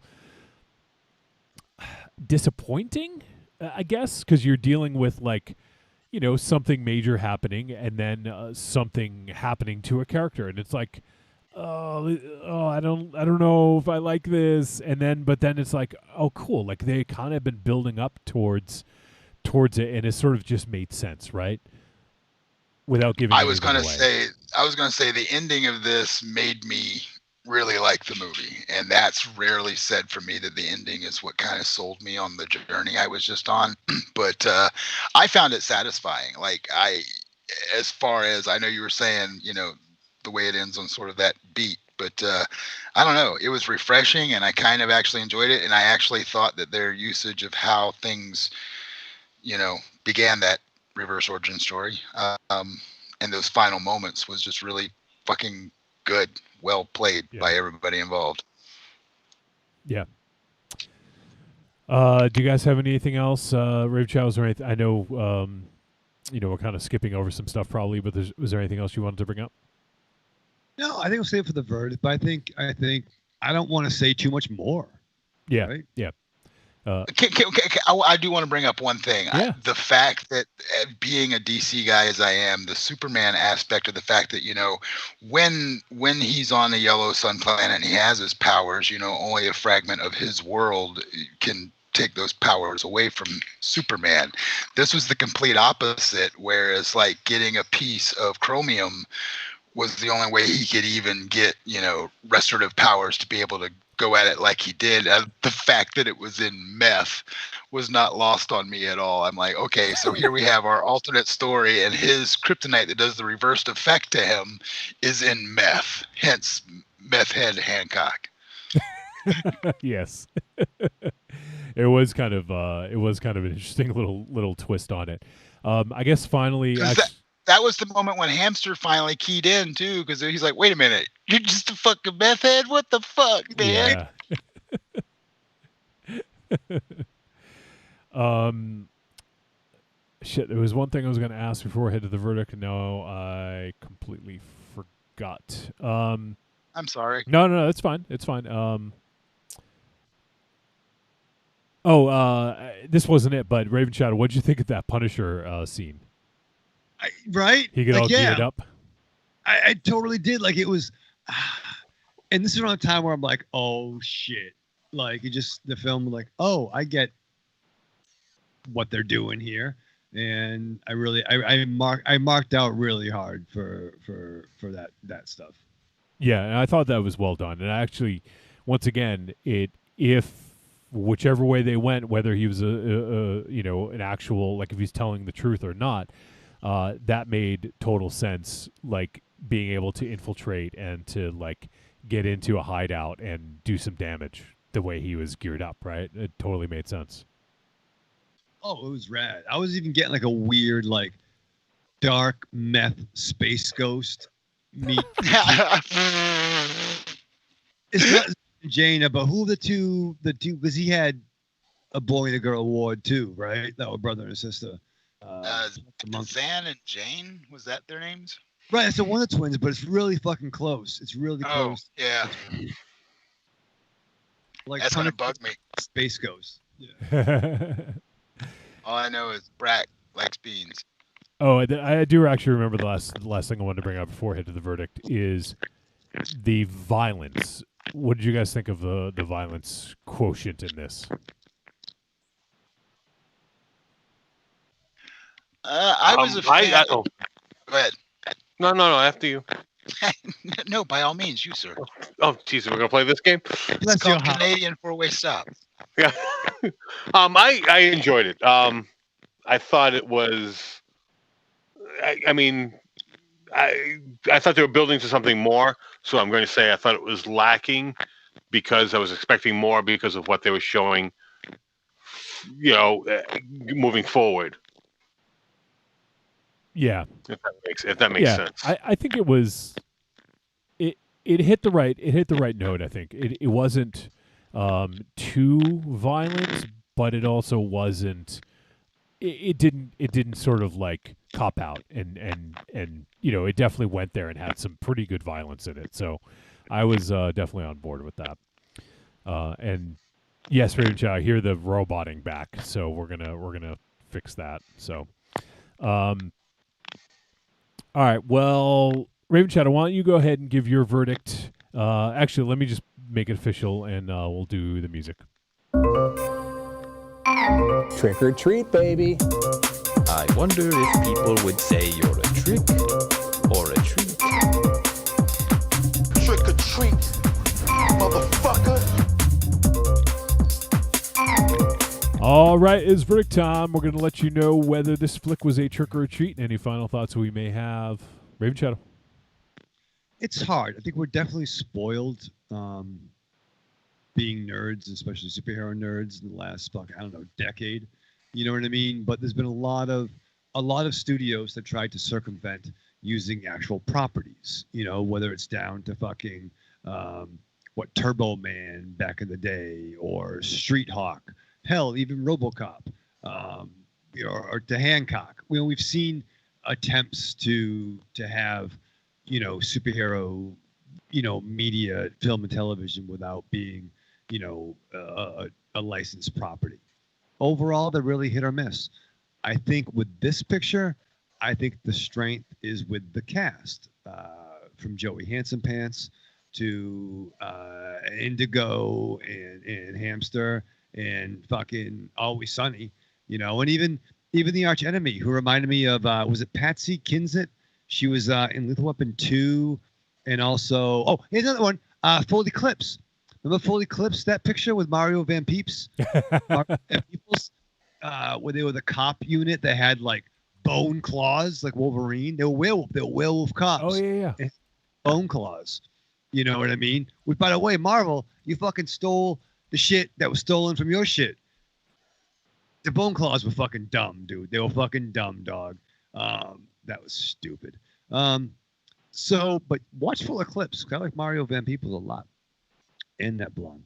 But what I'm trying to say is, I thought this was good. The cast was the strongest thing. If they had a little bit more money, I think it really could have went off, especially that final scene. But for a reverse origin, I would like to see what's next. So I would say, once again, you ain't going to get Endgame. You know what I mean? You ain't getting that. But it's a pretty fun, 90 minutes? Yeah, it is exactly 90. Yeah, that's a good fucking running time. So I would say it's a treatment. All right. How about Rocky? Like I said, I didn't know what to expect when it was thrown on me, and it just surprised me, and that's rare. I would like to, two little quick shouts on it that I really dug is I loved the lady who was his, what would you call her? It would be the equivalent of his Perry White. She wasn't an editor of anything, but she was helping him upload the videos and stuff. She was lovely British eye candy. I really enjoyed her. I totally forgot about her. Yeah. And just overall, man, the animation, like I said, was jarring at first, but it really made me appreciate the film more by the end. And like you said, as a reverse origin story, I thought that was beautifully done. I liked the last shot in the film when they're panning out, and just gonna say treat, man. I wasn't expecting what I was expecting, but by the time we got to the end, I was on board and dug it. And bring on Deathstroke movie with Joe, sexy pants. I'm in. Matthew of Omaha says Jan and Jace. Thank you. Yeah. Yes. Yep. Thank you, brother. By the way, what's that background, Rocky? You're all of a sudden in a high rise. The bat signal went off, and Bruce just said, "Hey, I'm going out for donuts. Can you watch the pad?" So I'm here because Alfred's off on some hooker extravaganza in Malaysia, and it just gets weird this time of year for the holidays in Gotham. Fair enough. All right, that's nice of you. All right, let's hear from Mary's verdict. Okay. Yeah, you didn't ask me my opinion on the animation, but I'm going to give it to you anyway. Yes, please. I kind of was expecting it, judging by the poster art, so it wasn't jarring for me. I actually liked the amount that it was in. I didn't think it was overbearing. I thought they did it well at the right times. The first hour of this movie flew by for me. Like, I couldn't believe that I watched an hour of this movie. It had me. I think mainly because, like I said, in some weird way, I related to his character.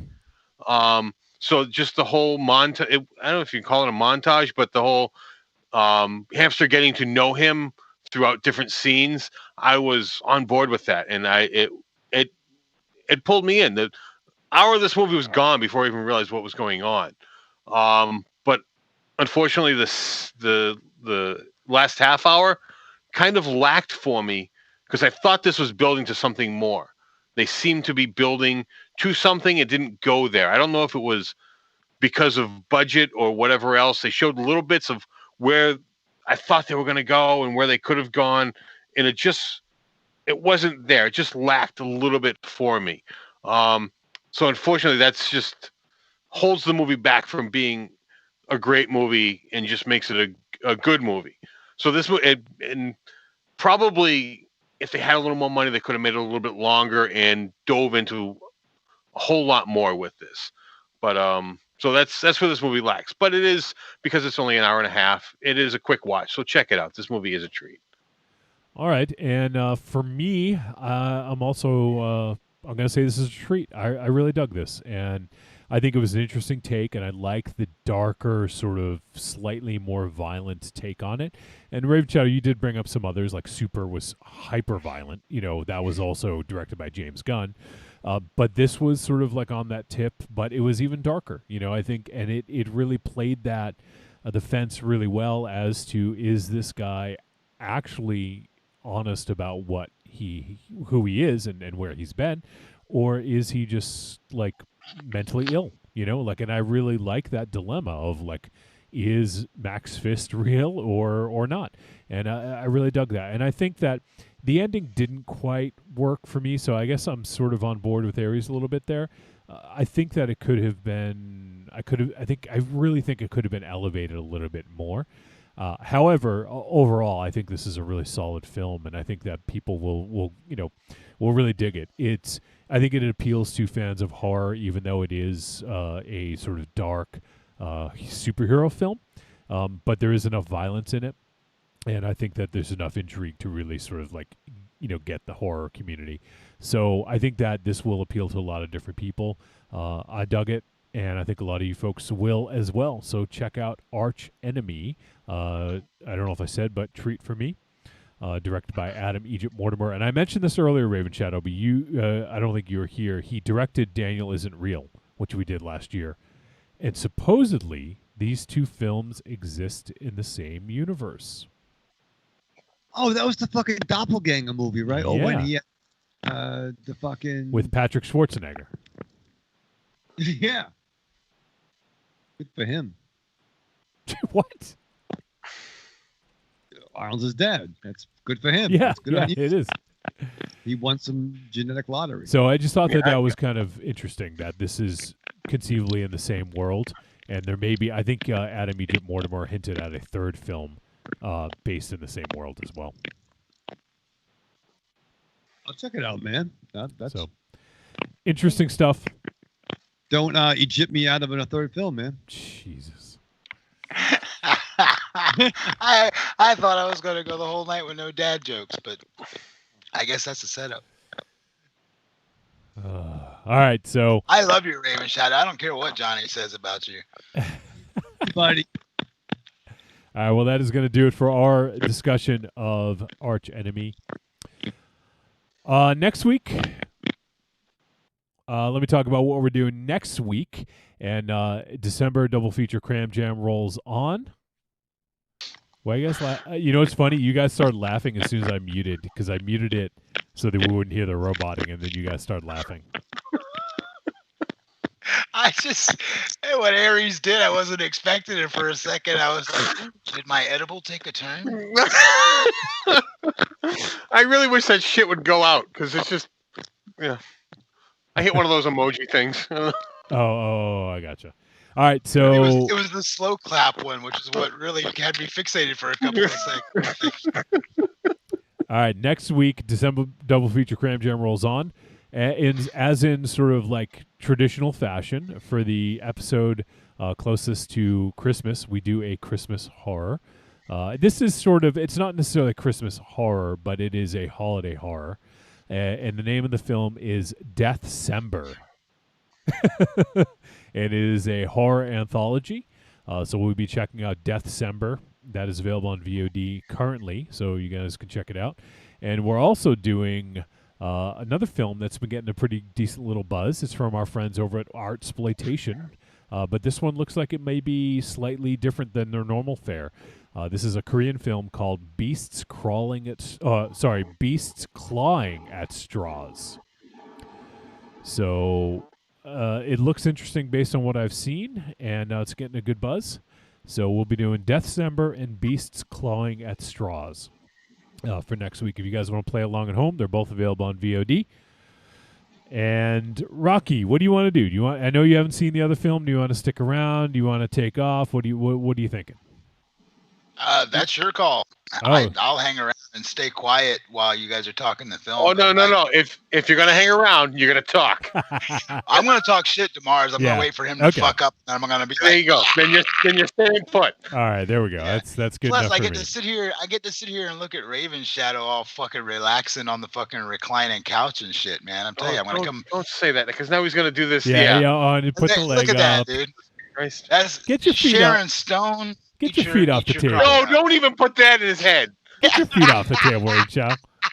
Oh, we're going to get a taint shot. And You're going to be over there building the fucking sexy Christ dancing pole next week, so we're going to be seeing him. Raven Shadow taint misbehaving. Raven Shadow, I'm going to make you a special segment on Gape Ape, and fucking, we're going to call it Sacrilicious. I'm Sacrilicious. And we're gonna have you fucking do some fucking taint slides on the fucking pole that Aries is gonna erect. This is the worst. I'm getting older now. I'll be 44 in a couple of days. So let's not leave any stone unturned. You know? I just want Aries to stand in the corner with some bottles on his finger and just say, Aries, come out and play as you do the slow dance to We Shall Not Fall from the Lost Boys soundtrack. Maybe weird fetish. Aries doing weird shit with bottles. Weird shit with bottles. He's gonna start punching inanimate objects just randomly around the room. I think I punched a bottle once. Spoiler alert, it broke. It's a good thing you don't let me program your show, Johnny. But I'm hip to hanging out. I'm staying awake for Oh, that's weird. What? Well, because of your background that like came in and out of the picture. Yeah. Like it just materialized. It's not there. And there it is. You can't see it because of the background. It like that is weird. I'm seeing that like now. phases in and out. Okay. Again, much like the slow clap, I thought fucking my edible was flipping it. Does it do it in my hands too? I wish I could have a background where I'm like falling. Get Alberto on the line and tell him to rig me up some better background. Halfway down now. My hair. There's My no hair. there's no way Alberto would hang out with us more than once a week.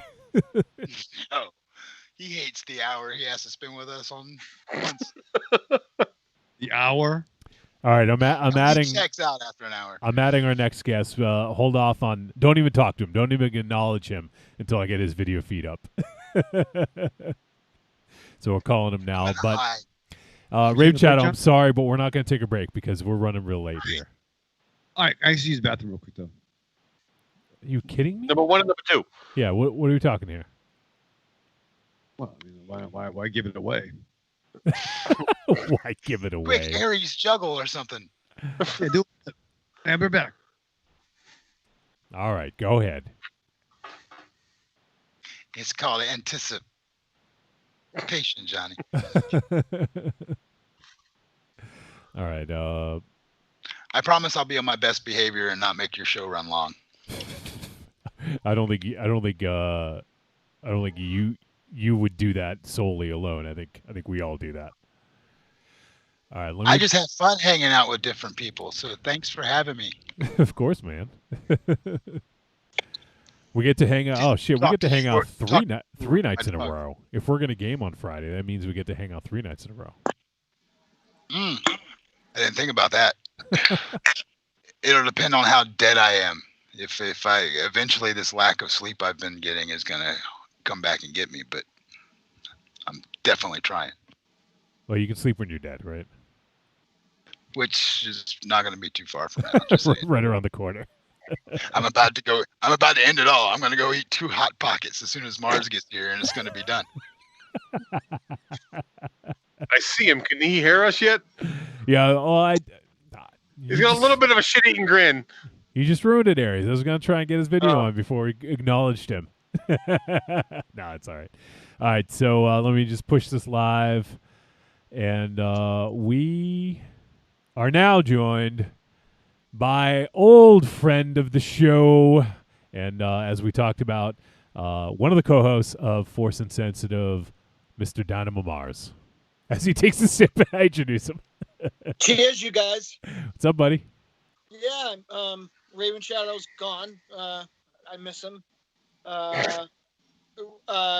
It's outrageous that you guys ran a little late. I can't. Yeah, can you believe it? Yeah, well, I can't imagine Rocky talking about something for quadruple its running time.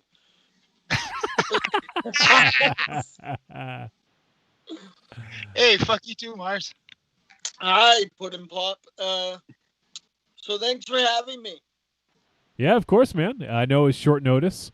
As you put out the call earlier and said, hey, if MZ can't do it, if his sickness takes, I don't. Every time we talk about it, I feel like I'm like, why are you being so morbid about MZ, man? Fuck, when leave the guy alone. If it takes a turn, I don't mean that. But Mars said, hey, if you need me to pinch it, if MZ's going to miss any time, I'm more than happy to. And I didn't find out until 3 hours before the show. So I literally was messaging people, and so Mars was, I think you were working, and then you had to dig yourself out and watch a movie. So without getting myself in trouble, I stopped doing all of that. Wait, did you pull a Raven Shadow? Yeah, I was home by 6:30. Not shoveling. I shoveled as much as to get the car out of the driveway initially. That's fine. But you did watch the movie. You didn't pull a Raven Shadow, right? No. I did watch it. Okay, good. Yeah, I wish I pulled a Raven Shadow. Although to be fair, you could. Yeah, I was gonna say you still would be okay because that would have been the first time, I think. So, I finished that one Phobia movie. I don't blame you. Yeah. Do you know they made a sequel to that? Oh my God, no, I didn't. Yeah, Phobia, still sick.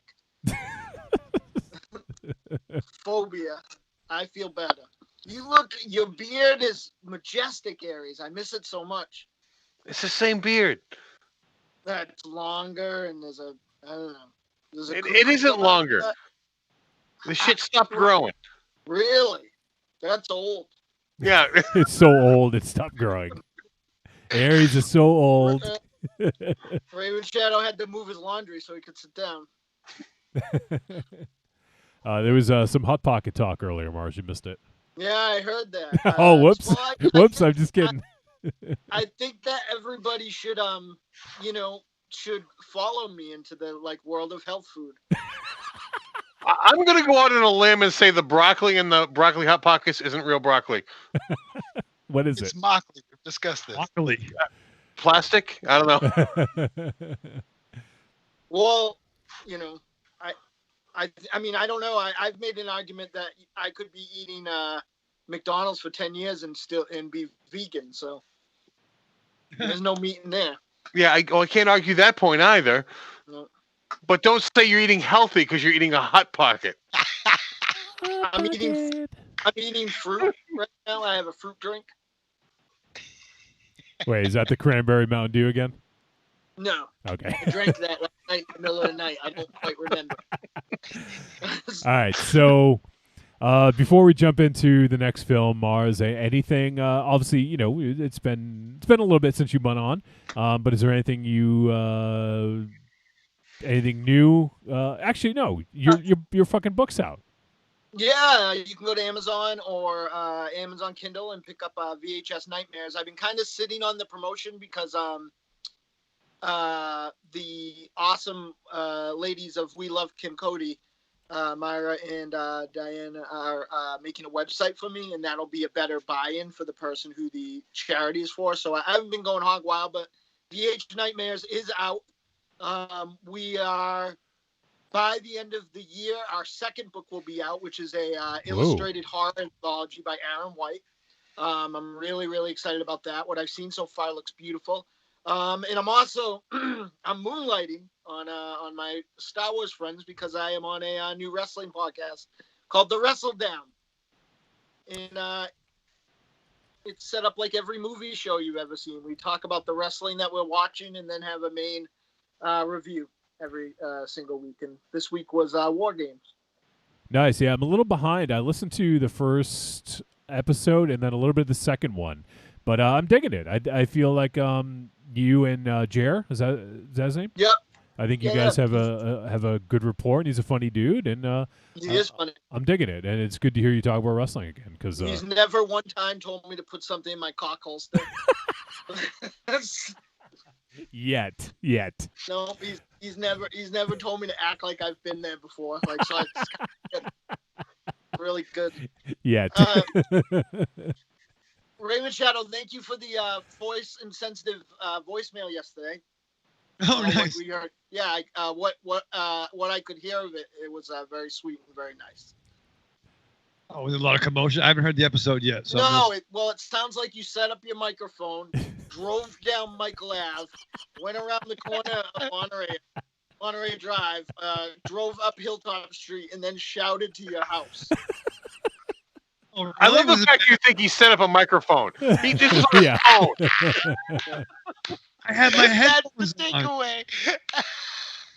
Really? Well, now I'm fucked up. See. So here's the thing, Raven Shadow. When for the future, when you send them through Facebook, I can't manipulate the volume.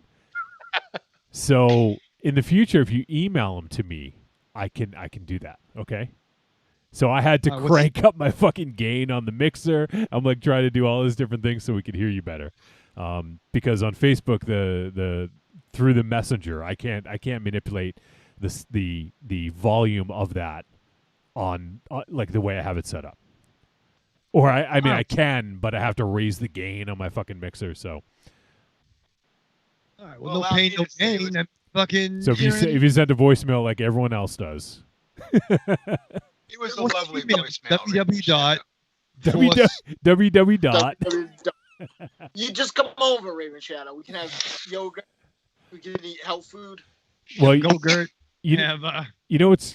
I was actually thinking about this, and because obviously I know that you guys miss doing the studio, right? But if MZ, if you guys were doing the studio, yeah, I think it would just be me doing the show this week, because I think that would have been unfortunate having all three of you guys in that tiny room with MZ.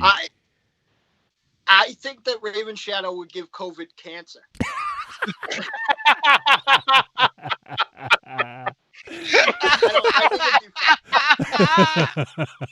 Aries may be dead under that beard, so either way, I think it would shake out okay. This beard is better than a mask. It filters out everything. Right. Raven Shadow thinks I'm kidding, but I'm going to show up there with like a salad bowl and a syringe, and I'm going to have a COVID vaccine. Everyone's going to get dry socket and black lung, but they won't have COVID. Yeah. Wow. Hey, you can make out again. Don't worry about it. Right. Yeah, but Raven Shadow, come over. Like you can hang out here. We can eat yogurt. Occasionally, I don't know anything about Star Wars, so I'll stop in and make up a dumb song. Then sometimes I wander away. Nobody notices. It's good. It's a good time. You'll like it. Nice. I'm looking forward to it. I gotta do. I mean, I'm not gonna stop at Monster Zero's house now. But I do have some gifts for you and the Aries. Nice. Hey, it's speaking of gifts, happy birthday to Ghetto Tim. Yeah. Birthday today, so he's out there listening on the back end. I think my friend Christine is listening to Trick or Treat Radio for the first time ever. We're sorry, Christine. We're sorry. Yeah, I could be wrong. I think Panophobe might be somewhere in the ether. Nice. What's up, Panophobe? Old friend of the show, Panophobe. Yeah. I could be wrong. Who could be wrong? She's sick. I made a video. I made a video with Panophobe that's just about done. I can't wait to show you. Yeah. Not that. Come on. He made another video where Skip Shea directed it. Yeah. We've talked about that. That's not a video. That's not only in a thing where I am unclothed can be the person who is sexually assaulting me be the one that has nightmares about it after. All right, you know how I said I was going to hang out? If we're going to be talking about this, I'm out. I don't need the night terrors. I don't need the fucking sweaty sheets. I'm done. Literally, my body looks like someone threw mashed potatoes on the floor of that trash. My body is a roadmap of pain. Yeah. Not good. Oh, God. Oh, shit. I've got the physique of a sausage casing. So, Mars, where can people check out the Wrestle Down? At our Facebook page, The Wrestle Down. We're on all social medias as The Wrestle Down Podcast. And every week it's a video show like this. I've actually never heard the audio version. And it drops on I just drew a blank of what the podcast network is called. The Geek Down. Yeah, drops on the Geek Downs. Yep. Jesus Christ, I'm the worst. Not YouTube. Vimeo. Vimeo, Bombaleo.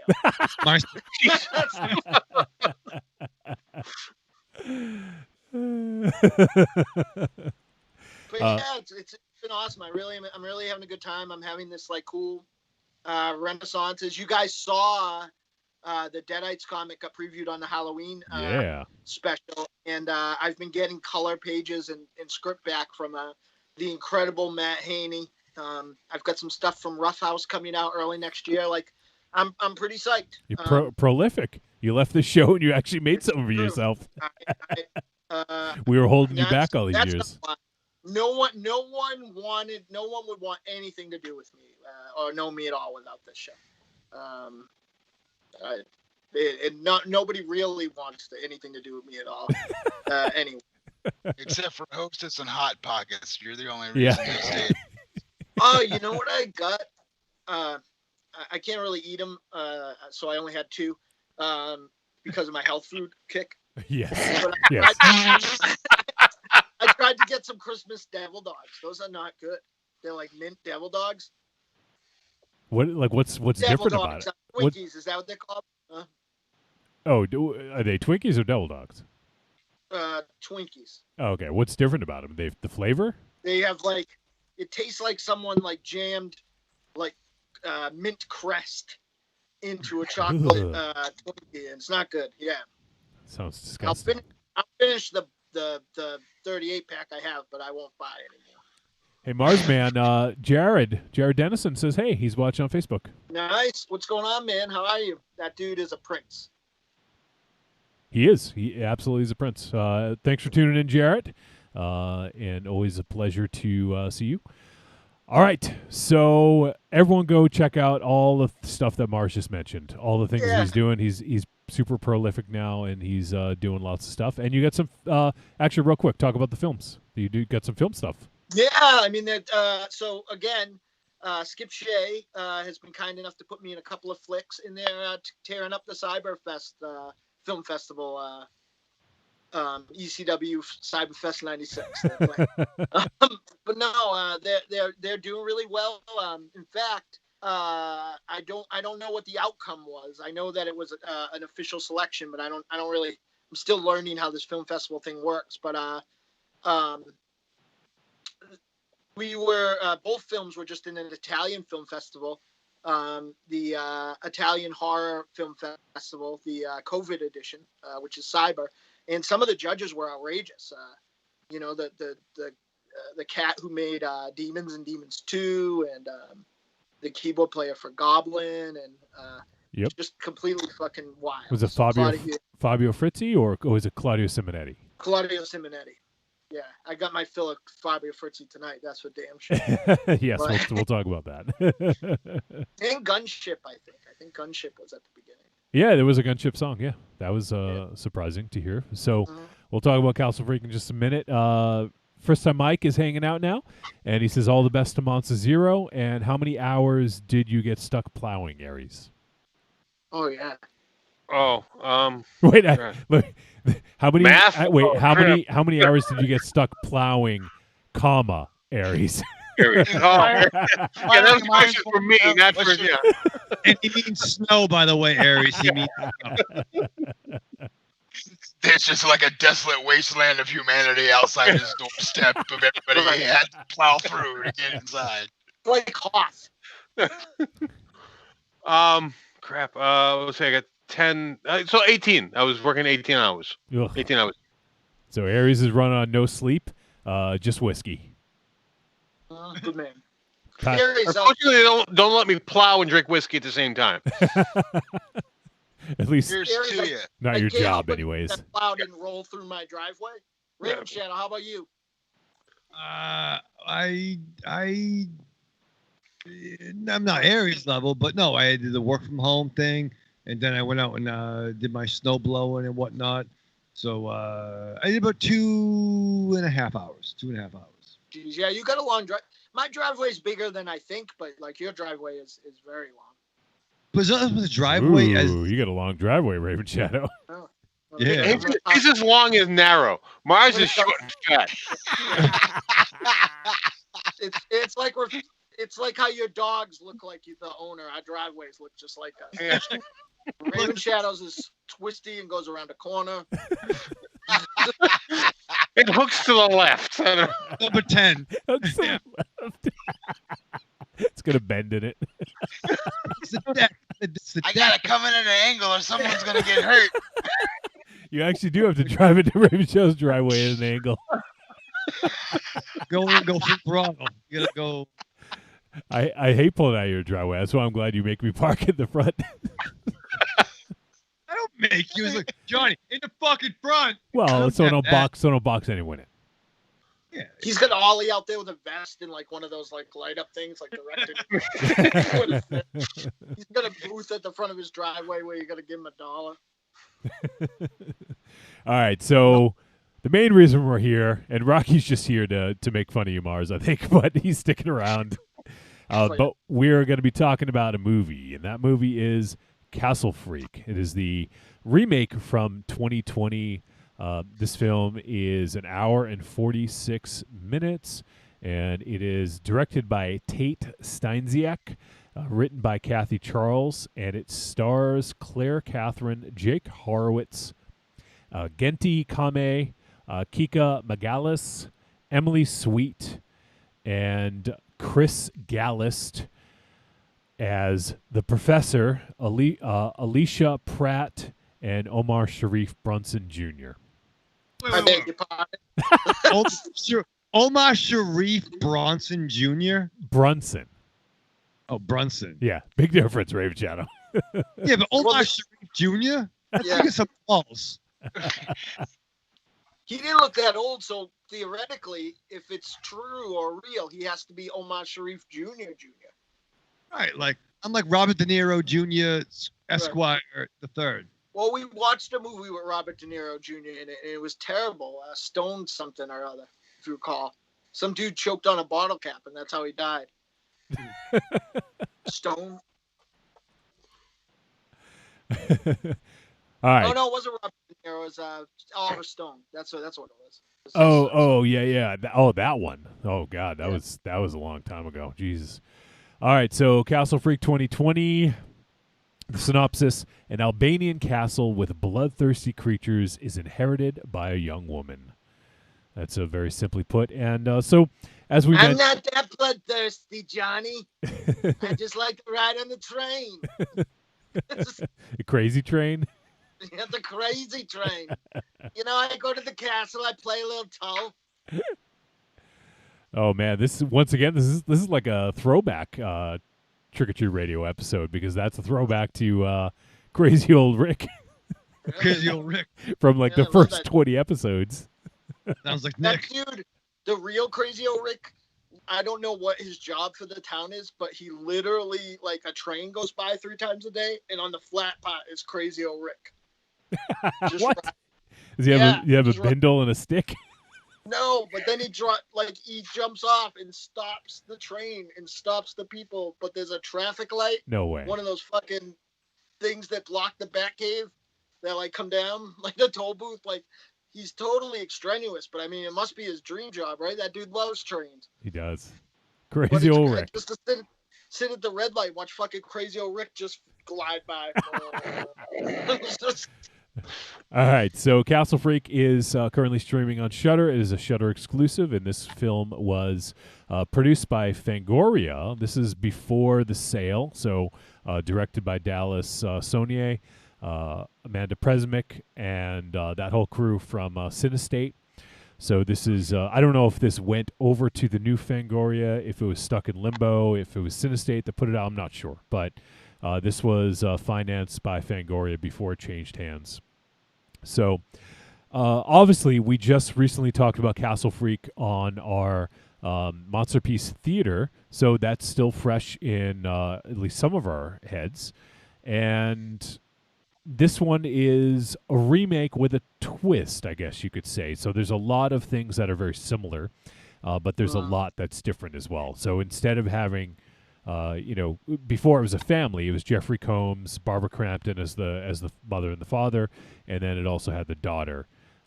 And the father was an alcoholic, and he, got an accident and caused the daughter to be blind. So in this case, kind of similar. We have the boyfriend who was, shouldn't have been driving, drove, ended up getting in an accident, and the girlfriend is now blind. Yes, Ravenchild, see your hand up.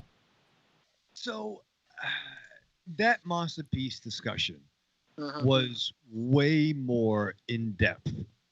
It had a lot of content that had every right to be. Right. Yeah. I mean, for potentially a tail end of the full moon at its height picture. I mean, this was a full moon movie originally. Yeah. I mean, we had some really interesting conversations, and I think what you just said, Wolfie, of the basically in the original picture, based on Lovecraftian fucking lore, which I'm sure we'll talk about. It was very loosely based on a Lovecraft story. The original, at least. This was actually Raven Shadow. Full Moon was going through a phase of doing Lovecraft and Poe adaptions. This was around the time that Pendulum with Layer Rats or the Rats picture. Sorry to interrupt. I just wanted to tell you guys, Joe Mangianello just liked our tweet, so it's a very real possibility he's listening to this episode. Tell Deathstroke. Actually, I doubt that. He's probably not, but he liked the tweet about it. So cool. Joey Hansen pants. Joey Hansen Yeah. pants, yeah. But and also, what's real interesting about this, guys, is that that film that you guys did was kind of because it was filmed in, I think, Romania, and with Charles like Band's castle. Yeah, with a bunch of like Italian money put into it, and Brian Yuzuna and Stuart Gordon from there went on to start a film company called Fantastic Factory. Yep. Which I believe put out Dagon, and what Shades might know beyond that is they did. My God, him on his phone is adorable. He looks like a little happy squirrel. But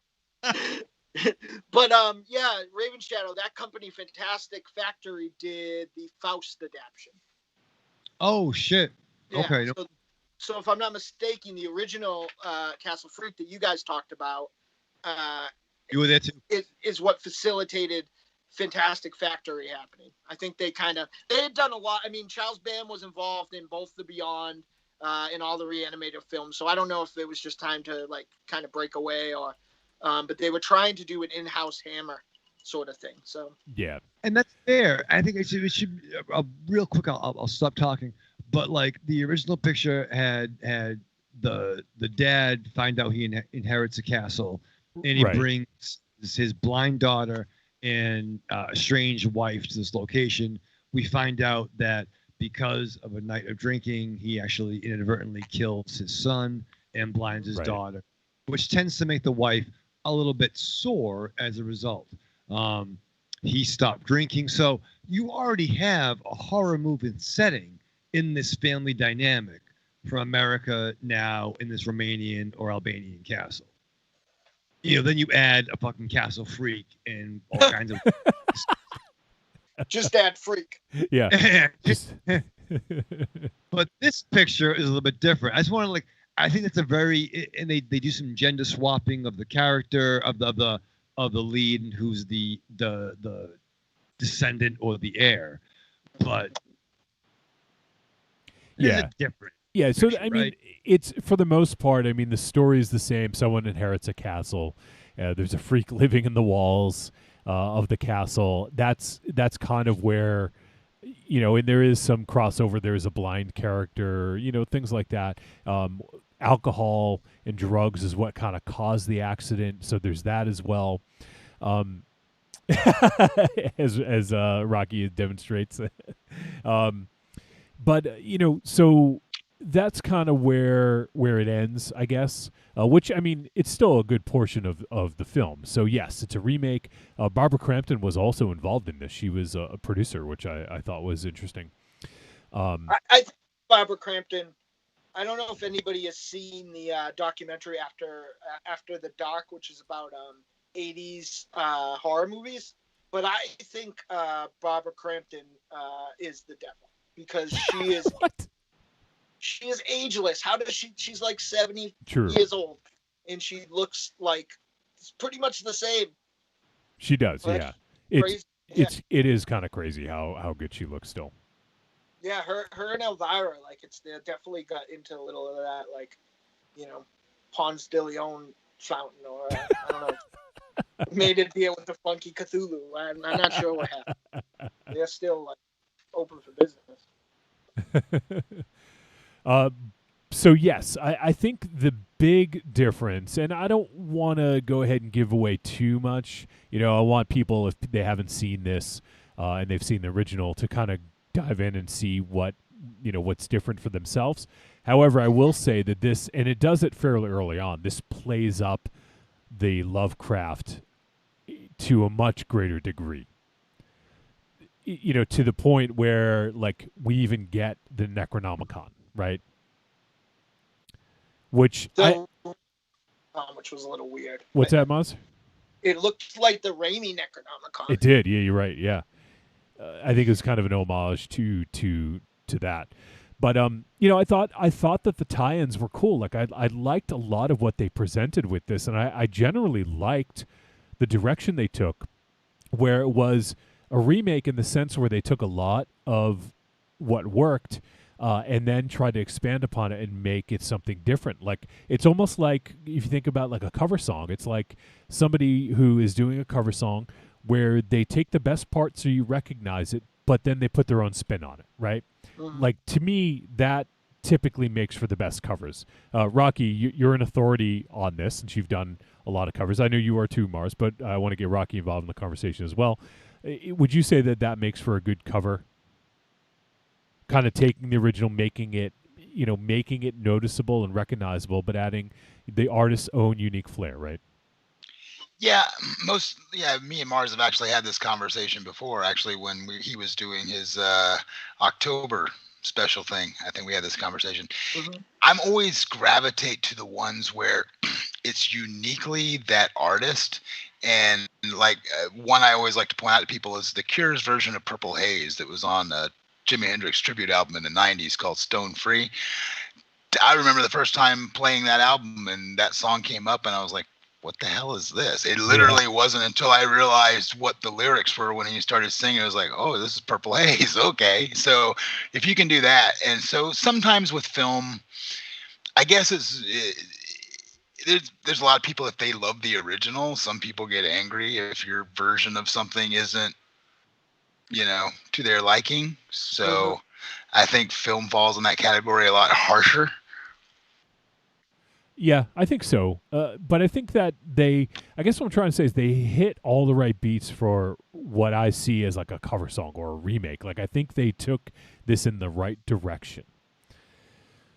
Now, does it work? Like, that's the big question. Before we dive into that, though, I do want to say the film is directed by Tate Steinziek, and I am familiar with Tate's work through the show Face Off. Have you guys ever seen that show? I know I used to talk about it in the early days of Trick or Treat Radio when it was still going, but the sci-fi show where they do basically like the special effects makeup. Yeah. So Tate was on that show in a couple different seasons, and I thought he was one of the best effects guys that they had on it, and he was real good. But anyway, so he's sort of worked his way through, and he found a home with Cinestate and Fangoria because he did makeup on Dragged Across Concrete, and I believe he did Satanic Panic, Puppet Master of the Littlest Reich. So he's done a lot of stuff for them. And I believe, if I'm not mistaken, let me just double check if this is his first. I think this is his first film his first feature film as a director. He did do one other actually. He did something called Addiction, a 60s love story, which came out in 2015. So he did do one other feature film, but this is his second feature film, I guess. So he's done a lot of makeup, but he's made the transition to directing. I will say in his favor, I thought that the direction wasn't necessarily the problem in this. I thought that there was a lot of good stuff. I think that, especially the lighting, I actually really dug a lot of the lighting, and the way it was shot I thought was pretty good. I don't have a lot of other good things to say beyond that. I think that I agree with you. I think that this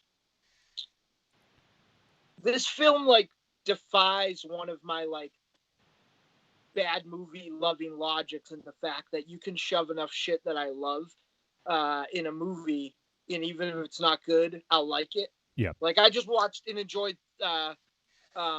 Anderson's Three Musketeers the other day, because it had musketeers, airships, and Mila Jovovich jumping around shooting guns. That's all I need. I mean, this had a great Fabio Frizzi score. Yep. This had some other bands I like. Culturally, it was talking. It was right up my angle. It's not so much that I like blind men and women, but they tend to like me more. Wow. But I think that this film was 20 minutes past having a fighting chance.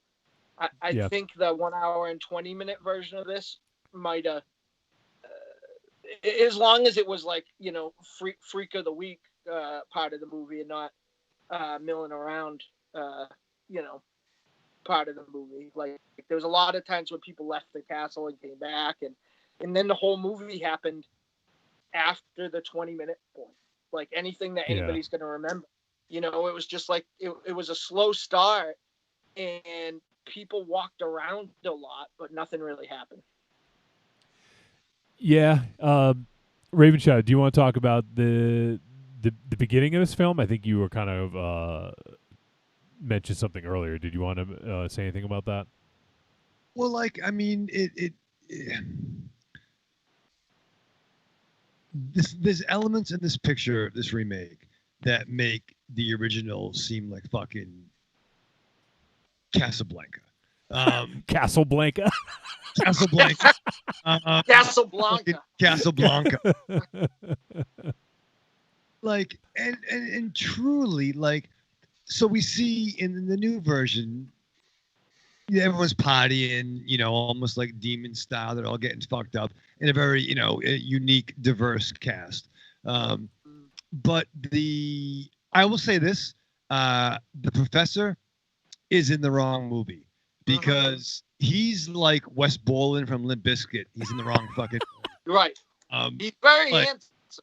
He's very handsome, and he should be like, give this guy, put him on a CW show, put him on HBO Max. It was fun. I was talking about him with Mary, and Mary watched a little bit. She's like, he reminds me of Tron. I said, yep. Here's the problem, though, Raven Shadow. Like, I agree with everything you're saying, except for the writing part. Like, why does he, like, I don't understand, like, how he just fucking got off work at the Geek Squad, went to that golf club, and then he knows, like, everything about, like everything about H.P. Lovecraft, like, ever happened. Agreed. They've definitely, I mean, that's right, exactly. So they're all partying, and he's dropping science, and everyone's getting stoned. So when Not Yet Blind Girl and Douchebag, you know what he reminded me of? He reminded me of like made for TV, not Deep Six, or the Deep from the Boys show. Oh yeah. He kind of had that like douche buggery vibe. So and like they're doing coke. And to be fair, if you're doing that much coke, you should be a lot more wide awake. I'm just saying, not from experience, but I have experience. You shouldn't be that tired. No, but vacation. Right, yeah. But so if your boyfriend crashes your car, there's no reason to stay with the cat. I agree 100%. Well, if he crashes your car, it made you blind. Right, and you break up. Not only that, there was also like at the beginning, like when she shows up and he's talking to the other girl, Shelley.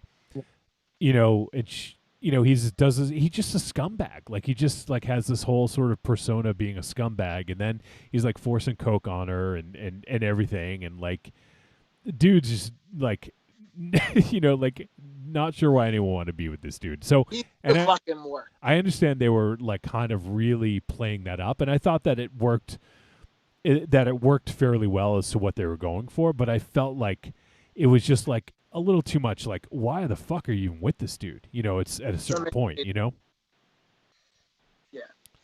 I feel like if I had like $1 for every time I was friends with a female that was in that relationship, like, I'd be a wealthy man. But like, it was really, I don't know if it was intentional, but they didn't have to do a lot. I was worried that they were leaning so hard on him being useless that I was worried he was going to have a redemption arc, and I was kind of already not buying it before it even happened because he was like deplorable. I just couldn't get past like I got divorced for like dishes, and like this dude made somebody blind. Right, exactly. Like 100%. Like there's no. Once again. If you're married to somebody, you have this fucking thing. You got to go there, put up on. You got to put up the fucking the airs, put up the mask, so to speak. But there's no reason to be with this dude. Yeah, I mean, I'm with you guys. I can't really think of a. And then once they go to Albania to the castle, he's just kind of like taking over like everything and like, oh, we're gonna be rich, we're gonna sell all this stuff, and then we're like, whoa, dude, like hold on, it's not yours to fucking do. Like, I don't know, this dude was, and that's fine. Like, I can get on board with that. The dude's a scumbag, and they were really playing it up. But, like, it just didn't, like, I just feel like they made her such a weak character to put up with this shit, and that's where it really gets me. And actually, like, the flashbacks, so, like, in the once again, I feel like we're talking about, talking about the original picture like it's fucking, fucking Casablanca. Yeah. Casablanca. But when we see the older woman in the original picture beating the castle freak, she's at her death's door, and then she dies with the cat of nine tails. So we're seeing the flashback of the mother, who is a much more, let's just say, attractive European woman whipping herself and doing. You know who that was, Raven Shadow? I'm fascinated. I got. It's probably a good thing MZ's not here, because I got let me see. I got 5 words for you. The eyes of my mother. Oh, and the balls of my father. It was the lead from Eyes of My Mother. Really? No shit. She played the mom in this. Yep. Well, good for her. Kika, I don't know how to pronounce her last name quite properly, but Magales, I believe. Wait, her last name is Makika? I don't know how to pronounce it quite properly. Magales? Kika Magalhaes. It's got like that little thing over the A. Right. But yeah, that was her. You know what bothered me about the beginning of the movie? Didn't the Jesus that was hanging up look like it was like a Davy and Goliath animation? Yeah. That was like dollar store Jesus. Yeah. Hey, Judas. Hey, Judas. Party at 12. Hey, Mary. Mom, I mean. Yeah. Davy, the wise man went to the manger. I wanted to kick that clay dog in the face. That was for sure. Well, we actually, the castle freak never escaped. It seemed like this castle freak was just running amok. Yeah, he's just running amok. Yeah, he's leaving the castle. Right. He's got a job. He's got a job. Like working 9 to 5. He's a part-time electrician. He lights all the candles all the time. He sets up all of his kills very it's like he's lunch prepping. It's like a dead rat here, a dead fox here. The first castle freak had to break his own fucking like fingers off to get out the chain. To fight him off. Right, he bit his own fingers off. Right. Like, Rock, you've seen that in Canada, right? Like, you've seen. Yeah, man. Every time I step out the igloo, I got to worry about a woolly mammoth and a fucking whale attacking each other on my front doorstep. Yeah, Aries bit Did anyone else notice that her grandfather or ancestor looked like he was about to strike the DDP symbol? Go back and look at the picture. He had it like down, like it's like they took the painting right before he did it. It's like shit. I want his yoga. Oh God. Or maybe he was doing yoga. Yeah, he's doing DDP yoga in that fucking portrait. That's what he did. DDP yogurt. Don't go to yogurt path in conversation, Raven Shadow. Don't do it. Forgot where I'm. Something else on our show. You forget whose presence you are in, sir. Christmas presents. He looks like a cross between DDP doing the bang and Vigo the Carpathian. Right. And I also Carpathian. It was a different picture too. Yeah. Because at one point he had his like hands down, like by his ding dong, and then another time he had the Vigo the Carpathian pose. Yeah. What do you do what do you say when you hold the skull, Mars? When you get a snake by the balls, what? I know what you say when you have that. What? And Raven Shadow does too. You say, Kalima! Kalima! Oh, you mean my new ad campaign for the streaming service I host. To be or not to be. Can you do that as Borat? Stream. What? Can you do Shakespeare as Borat? You I'm not mean contracted Morat. to do my impersonations on this Or show. Morat. Yeah. Oh, Morat. Okay. Hey, Rocky. I have an African American baby. Oh, God. Oh, fuck. All right, where were we? We're about to feel the bed. So this fucking dude, man, John, Jake Horowitz played the character John. Like, and I'm sure that they would probably wanted this, but I so wanted that dude to die so fucking bad. Like, such a piece of shit. And it just, I think that by association, it just made Rebecca seem so weak. You know, like I understand that she was blind, so she completely relied upon him, but it just really brought her down, made her feel like such a weak character being with this fucking piece of shit, you know? I agree. If they had leaned into the implication that he exploited her into that amount of helplessness, then that would be something, and maybe that's supposed to be implied, but like I liked that actress, and I thought that and I did like the character, but like it was hard to like. It was one of those instances where the lead of the movie is happening completely incidentally to them. Like she doesn't know anything that the jerk boyfriend knows. She doesn't know how the town feels. You know what I mean? Like she's just like, she's there kind of just sitting around until she pals up with the Aquatic Geek Squad guy and like, you know, goes adventure, you know? I think that this movie, like I'd say the first half hour, like I was kind of on board thinking, okay, where are they going to go with this? You know, like it didn't do anything egregious, and then it just like at points went completely off the rails.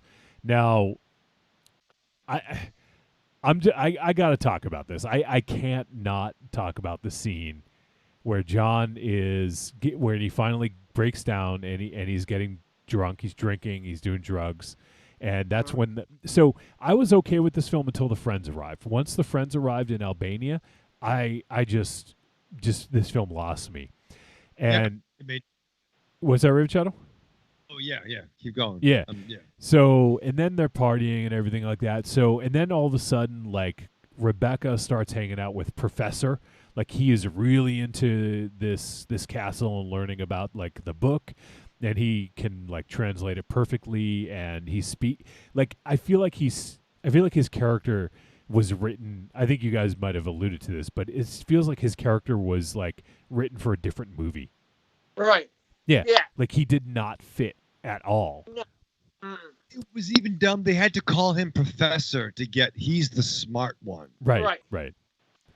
And like, what's his name? Just like Ted.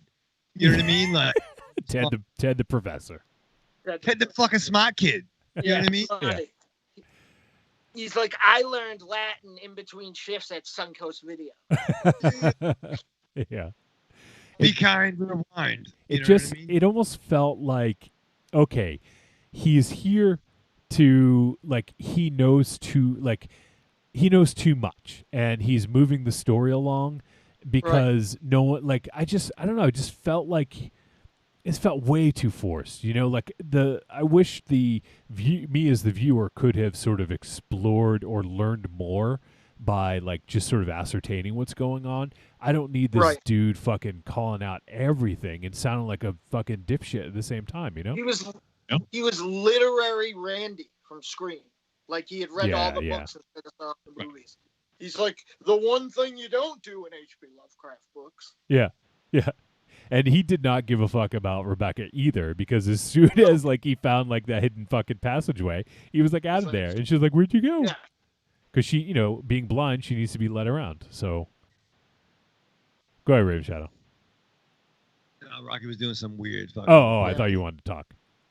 But no, I did, and like it just once you bring in the Bro Brigade, it just changes the fucking dynamic. The very Yeah. Hands Across America Brigade, right? Yeah.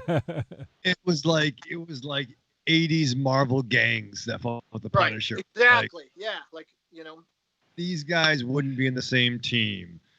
Maybe if they were on a planet during Secret Wars 3, maybe, but no. But it just, and you once again, fucking Casablanca was fucking off the charts compared to this, and it made more sense because, even down with like, okay, now he goes and gets the drug deal, and the dude has heroin in the fucking alley, and Oh god, this that cast doctor scene, yeah. was fucking stupid, man. Like he's totally like on board with like letting this fucking drug dealer do drugs in the castle. Oh yeah, no big deal. Yeah, that's cool. I don't think that he had a degree for starters. Just clean up. Yeah. Yeah. Just clean up after yourself. He's like a Mr. Pitt doctor, not like a Dr. Pepper doctor. Like he lost his degree. Right. And so there's that. But the other scene I want to talk about. So things got really sort of sketchy when the friend showed up, and there's that scene when everyone's partying. So the professor is with Rebecca, and then so John, just being his completely like fucking dipshit self, ends up hooking up with that other girl. Who he probably was fucking around with back when they were, in Massachusetts. And so anyways, they go off. What's up? They were in Massachusetts. Yeah. Yep. In, was it Dunwich? We saw the sign for Dunwich, Massachusetts. I'm a little pissed to get booked for that show. Yeah. So, and now you did mention that they did play Gunship, which is pretty fucking awesome. Big fan of Gunship. So, but they really kind of milked that song. They were like, okay, we got the song, might as well fucking use it, which I don't blame them. It's a great song. So then there's that sex scene where John and Shelley are going at it, and so she finds cuffs. She cuffs him to the bed, and then she takes her panties, puts him over his head.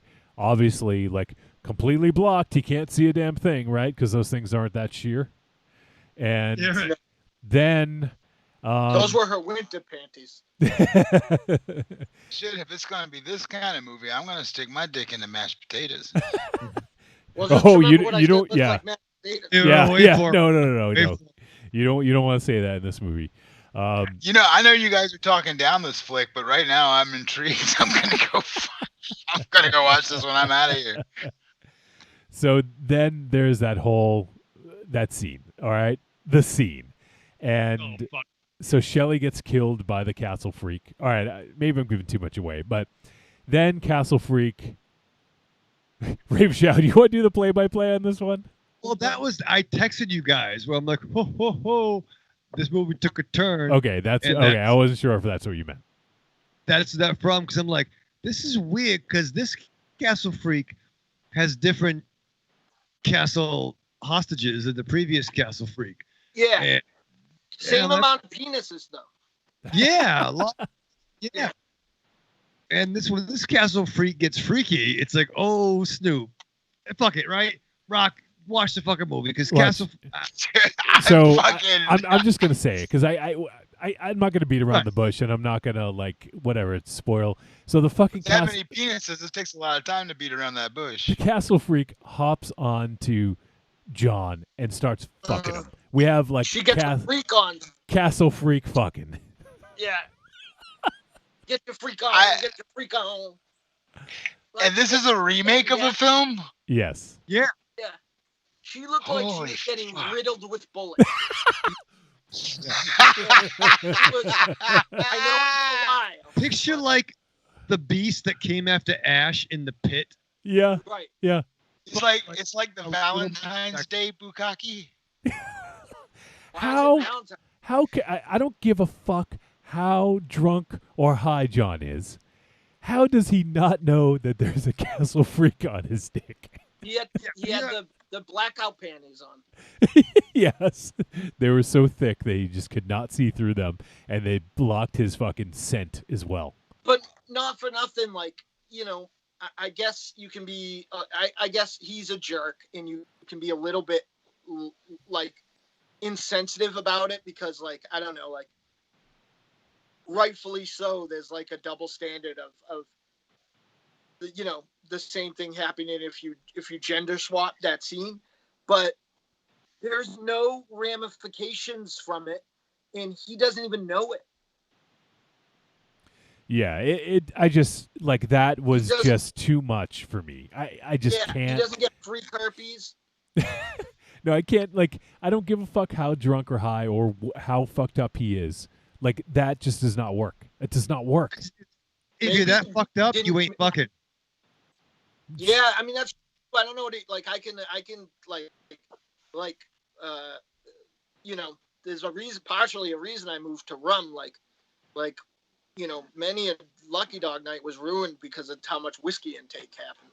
Like, so I don't know what that guy was drinking, but I don't know. So then again, the freak did prime the pump. Like, I thought, so like completely gagging. That scene, I just, like, it lost me. Like, it literally lost me because I just could not, like, suspend my disbelief enough to believe in this world anymore after that. There was no reason for it, though. Yeah, like, it's just, like, gross out, like, ridiculous, shock value. That's. I was all in. They're like, they don't give a fuck anymore. Now I'm fascinated. and the thing is, like, and at this point, the protagonist sort of, like, disappeared for a little while. Like, yeah. And then she showed up, and I was like, oh, okay, there she is. Like, I don't know. Like, it was the last half hour was a clusterfuck. And then we have fucking Professor, like, talking all this fucking, like, hoity-toity nonsense. And we have a castle freak on the loose. And just about. Fuck. I mean, I did like some of the Lovecraft stuff that they tied in, but I felt like it was almost superfluous. Like, it didn't really matter. Like, it was almost like, hey, like, poke poke, nudge nudge, look at us. Yeah. We know some Lovecraft lore, You couldn't have given that flashback at the beginning instead of just arbitrary flagellation, right? Like, it was like just a fucking flashback in the fucking, and I know what mechanically I understand where it came from, but like, why all of the, like, you hit the 3/4 of your film, you better not do a fucking flashback. Like, nothing pisses me off more than that. Yeah. Like, remember AI when all of a sudden there was a fucking narrator voice at the, like, 10 minutes from the end that was never in the fucking movie before? That made me so mad, and this made me mad too. Don't do a flashback. What was the movie? 2 million years later. 30-minute flashback about child abuse in the middle of this fucking action movie. Like, don't this, like why? And only the professor knows. Like, the main character still doesn't know. Yeah. The people who make this fucking movie don't know. Her being blind doesn't mean we can't see her. Like, it's just so fucking, like, everyone knows. Everyone knows. The professor knows. Everybody knows. Everybody knows that the freak is crazy. Everybody knows that the freak is loose. Everybody knows if you wear black panties on your face while your girlfriend dies. The freak's got a big bag of dildos. Rocky's getting down. Sure. I thought he was having a stroke. And all I'll say, I'm not going to give everything away, but the end was just like, what? Yeah. Like, and I felt like she was all of a sudden not blind at the end. I don't know. Like, reaching out and grabbing somebody's hand without knowing that they were reaching out their hand. Like, I can see, but now I'm deaf. I'm healed. I can see. I can see. What was that from? Was that History of the World Part 1? No, Die Dangerously, brother. Die Dangerously, that's right. My mother corrected me once. Once, yeah. But then the funny thing is, like, it took the turn on, like, like Rocky, you gotta fucking watch the first Castle Blanca because fucking that fucking rude freak. This freak. What is the time frame between when the original was done and this one? 95 was the original, and this is 2020. Did it go as extreme as you're saying that this one went? Just out of curiosity, because I've seen neither. I'm not familiar with this film at all. In different ways. Different. Yeah. Not. It was like definitely a titty bite in the first. Yeah, definitely. Yeah. Way more. I mean, they actually they did. They had that Cannibal Corpse style cover like scene shot. But they did that. They did have a titty scene in this. They did. And yeah. it was like, hey, we're gonna reference the original. Like, no, guys, we see what you're doing. Like, it's not. I mean, it's not fun, but it's not.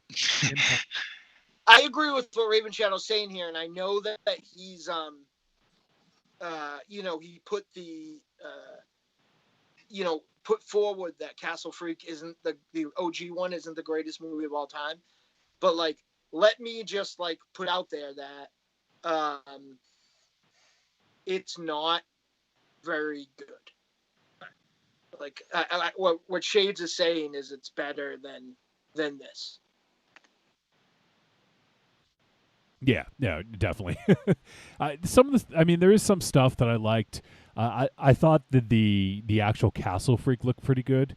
It definitely was a slightly different take, and I thought it looked fun. I thought some of the effects were done fairly well on this, but I mean, there's not too much more that I can really speak. And I think it was shot pretty well, and the castle looked nice. But other than that, there's not too many redeeming qualities. I did think the performance from Claire Catherine was fine, but I didn't really get on board with. I guess John, played by Jake Horowitz, like he played a good asshole. But I mean, other than that, the professor seems so out of whack, like a completely different world. And I almost felt like it was a little bit too like I said, like wink, wink, nudge, nudge, wearing the Miskatonic University shirt, and I don't know. I feel like it was way too try hard, and it just didn't do enough successful to even make it worth like recommending. Yeah, I just think it just needed fucking less time, less story, less stuff. Like, I like castles. I like naked ladies, fine. I like, handsome blonde boys with glasses. And I like monsters. Like, just like have the fucking freak run amok. Like, the thing that slowed down the first movie is they had to find all these fucking reasons for people to back into the freak's fucking cage. Yeah. Like, in this, the freak is fucking, he's got like a car payment. He's a library card. Yeah. There's a guy to bring the library books back. Right. Yeah. He's got VHS rentals from 20 years ago. Yeah. He goes to the fucking bingo. Like, he's fucking a man about town. But like, so you don't have to do anything. He's already out. Show up at the fucking Castle Freak and let the Castle Freak stop fucking tearing the fucking shit out of people. Secondly, I think this movie slipped in another Lovecraft thing because the Unnameable was about like a harpy. So I think that they were trying to maybe cram that in too, but like it didn't. Like, I don't know, the fucking movie's called Castle Freak. It's about a fucking blind girl. She didn't do anything. The freak didn't fucking do anything except assist that guy in shooting up to the end. like this movie should have focused on two people, but instead you had the fucking the multicultural fucking brigade running across fucking like, what is this movie? Like, why? I need blind girl, freak, and then a fucking bunch of people that got killed at the end. She's having flashbacks. You don't need all this exposition from all these assholes. You don't need fucking Joey trying to read the fucking Necronomicon. Like, just let the freak fucking kill. The freak kills. The freak fucking rapes. No, nothing happens. He doesn't get fucking, freak genitals. He doesn't get in trouble. He doesn't get, like, a fucking yeast infection. Like, that freak has been underground for fucking ever. I've done some dumb things behind the lucky dog, but I've never, I've never gone into that sort of jeopardy, but like the movie was supposed to be about two things, and you got maybe 40% of the movie generously combined was those two. The one of, I mean, I don't know. Again, I don't mind a good. I love, I miss the Calvian days of like nudity and gore, and I know the people on this show do too. But like her only memorable thing was a spicy love scene, and then she just got fucking led around, and she was so badass, like in her Gwen Stefani garb, like at the beginning of the movie. It's just like I'm so mad. This movie really made me mad. Like it got to the end, and none of the fucking, and the fucking Castle Freak shot a fucking tentacle out of its vagina stomach. Like what is going on? We didn't know it had a vagina stomach. If this rant ends with "and it was directed by Carl Weathers," my life would be fucking complete right now. The action would be better. I do want Carl Weathers to direct Castle Freak Part 2. Carl Weathers, Castle Freak. It's just be fucking take my money. Running and then editing it so the freak is further away than they are. Like Carl Weathers, I think, has strobe light eyes. But like, yeah, it's like now she's got like she's just fucking running around hitting people, but she has a fucking pointy umbilical cord fucking bludgeoning thing that comes out of her stomach vagina. She waited to the fucking professor to do that. Cause you know why? All she did was fucking peeping Tom and fucking dance around like fucking the people in the background of the fucking Bonnie Tyler video. Like just fucking dance in the light. Like it's so irritating. Like I am so old that reference went straight into my fucking mind, dude. And I will Castle peeping Tom. And Rebecca, who seemingly was the main protagonist here, had like there's no arc. Like what? Like nothing. The end. Like I'm not gonna say what happens, but what does that fucking do for her character? She's a complete shitbag. She does nothing, and she just like follows whoever like she can.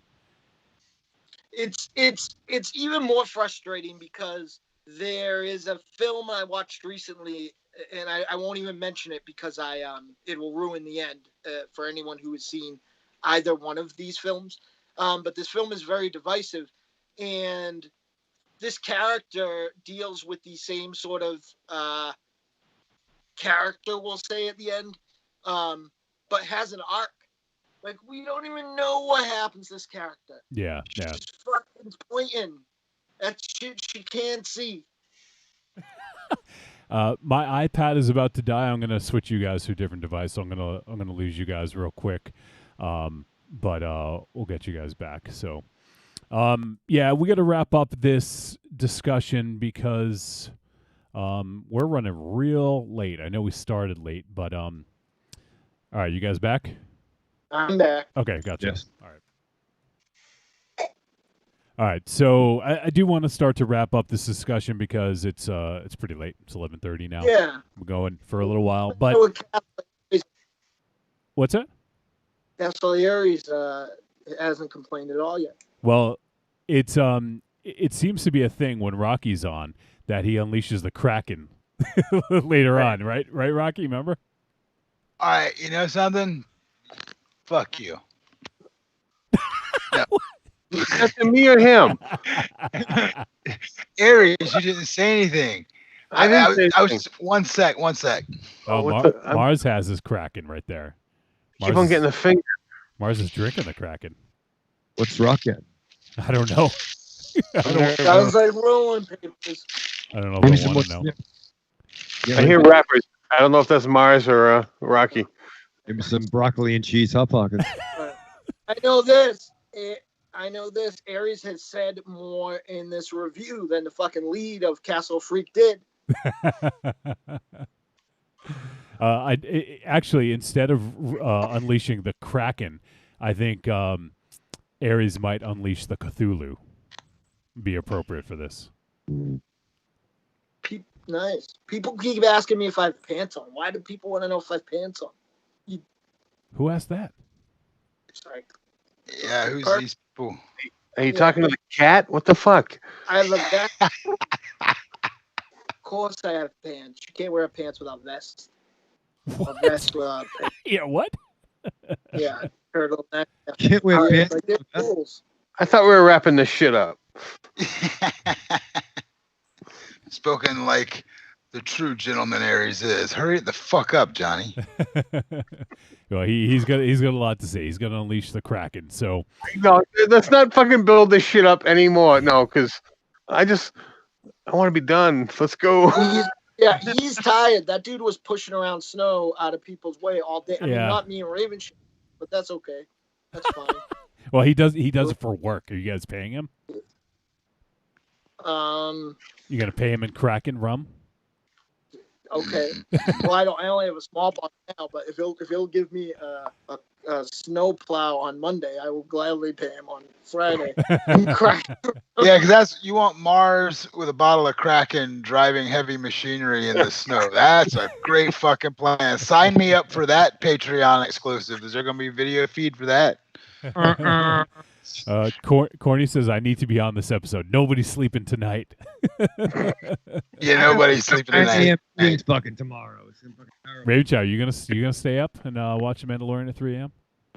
Brother, I can't. I'm gonna fucking smoke a bong. I'm gonna have some dinner and then go to bed. What's for dinner? Please be cheap. Hot Pockets. No, I'm gonna make a quesadillas. Quesadillas? Quesadillas. That's wait. You're not making an actual quesadilla. You're heating one up. Yeah, I call bullshit on that. Yeah. No, I'll. Okay. How you? No, don't go get ingredients. Don't. I'm curious for one. I got tortillas. Okay. And cheese. He's making a Joe quesada. Yeah, I'm making a Joe quesada. Black olives. Black olives? Yeah. You fucking What are you doing? love black olives. There's no one in the world that loves black olives as much as you. I enjoy them. Do you have in your cereal? Do you have black olives in your cereal? That'd be good. Yeah, Life cereal would be good with that. Maybe some honeycomb. Mikey likes Dude. Holy crap. Why don't you and Mars get together and just fucking start a food truck that nobody will visit? A cooking show. I got this yogurt. Bring over them black olives there, Raven Shadow. Toss it in this yogurt. Raven Shadow, you ever tried boba tea? Grogurt. You ever tried boba tea, Raven Shadow? Gobatine, the Gobatine rabbit. Drink more Gobatine. Boba tea. Oh, Bobatine. Yeah. Bobatine. Well, if you have some of that, don't think you're dying the next day. It's just the bobas. All right. Well, let's Skabulbas. Skaboba. Skaboba always wins. Not on our show. All right, let's do the verdict. I'm dying to hear what Ares has to say. Oh God, see, this is. Oh. All right, let's go to the verdict. Hey, Ares, I'm going to fucking kill some. Trick or treat, baby. I wonder if people would say you're a trick or a treat. Trick or treat, motherfucker. All right, it is verdict time. We're going to let you know whether this flick was a trick or a treat. Do I have you guys there? Mm-hmm. Okay, cool. I just switched something over, so I just wanted to make sure. All right. All right. Well, let's not build this up. Let's go with Ares. Yeah. See, there was really nothing to build up. Just sheer exhaustion. Like I didn't feel like trying to interrupt Mars because you know how he gets. He just loves to talk, and sometimes I just don't want to interrupt him. And it was just a whole lot of discussion about nothing with this movie. So there really was not a need for me to interrupt. This movie was like absolute shit. There was absolutely nothing going on. I never saw the original, so I got nothing to compare it to. But oh dear God, the characters it was nothing like. I can't even describe it. Like there was just I can't even I'm at a loss because of my exhaustion. But dear God, no. Yeah, essentially, yeah. This might just be that. Don't even waste your time. There's nothing redeeming about this movie. I cannot come up with any single bit. Don't waste your time. This movie is a trick. It's better than Van Helsing. I wouldn't say that. Nope. Watch Van Helsing. I was hoping that he would go for like a real MZ and do that whole thing and then be trick. Trick. Stop this movie. Exactly. All right, Raven Shadow. Listen, man. They had a castle. Okay. They did. I didn't get one of those. It had some throwback. The nudity was flowing a little bit. That was nice. I think every woman in this showed her breasts. I mean, even the freak. Even the freak. Yeah. And there was some like cross insertion that what? Yeah, I mean, come on, right? There was the self whipping. There was some cross insertion. Oh, cross. Oh, cross. Okay, yeah, gotcha. Yeah, no, it wasn't the cross. It was the whip. No, there was a holy diver moment where something was going.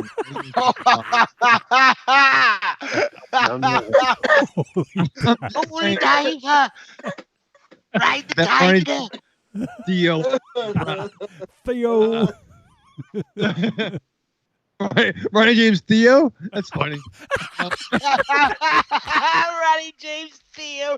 Now I'm going to tell you now, there'll be no riding the tiger in this house. I am going to talk to you about the things you've been doing with the crucifix and the pudding. Ronnie James Theo. That's fantastic. Holy dippity dippity. Rock. That's your new fucking cover band. That's Ronnie James Theo. Ronnie James Theo.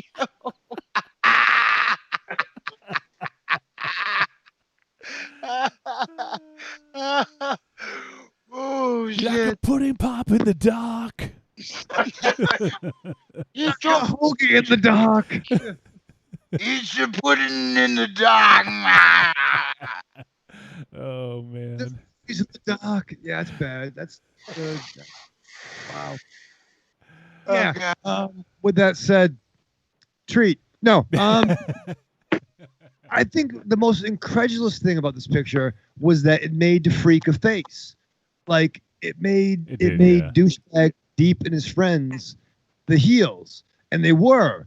But the castle freak isn't a friend. It's a bad freak. Just bad things to people. It's a freak out. Yeah, but no, it bites its own fingers off. It bites off nipples. And the freak is not nice. Freak is not nice. But I like the freak more than these fucks. So I'm sorry, man. Like, watch the original. Trick, man. All right. Although there is an end credit scene that maybe we might talk Yeah, maybe we'll talk about that. Rocky, I know you didn't see this movie, but are you curious? I'm watching it very soon, yes. All right, Mars, let's make it official. I am sure Raven Shadow will agree with me when I say this is no raid. True. But Aries would like it. I hardly talk at all on the Star Wars show. Only important stuff about my diet and snoo flutes. But and celebrity. Never mind. And celebrity buttholes, right? True. But I went like 35 minutes a couple episodes ago without saying nothing. But Aries would love it. But this was a trick. It was irritating. Like it had enough stuff where it could have at least been bad and entertaining. But like for fuck's sake, like I don't know. And then fucking Nick Fury showing up at the end. It's just fucking. Could I talk to you about the Reanimator initiative? Freak! I got a job for you. I want to see that version. Oh man. Movie trick. All right. Oh, by the way, Mars, this is for you. You got a very nice radio voice. And also, since I haven't used these in a while, since you're on. You're my new best friend. By the way, that son of a bitch never called. We're on the house. Mike Allred? Yeah, not one time. No? Well, that's too bad. Not when I tweeted out that I bought a very expensive Madman house ad for my wall that I'll probably never hang up. All right. Yeah, I don't have much to say about this. You guys didn't. I think it did have promise. It showed promise. I think Tate Steinsiek is. I think he could be a good director. I just don't think he had anything to work with here, and he's done some good special effects. But this movie, like, I just find it so difficult to imagine that everyone read this script and is like, "Fuck yeah, I want to do this movie." You know, like. I just don't see how someone could say that. And, oh, the castle freak jumps on my dick. Okay, yeah. You know, like. I mean, I'm into it, to be honest. Yeah. Well, all right, sure. I think you at least gonna like wrap it up.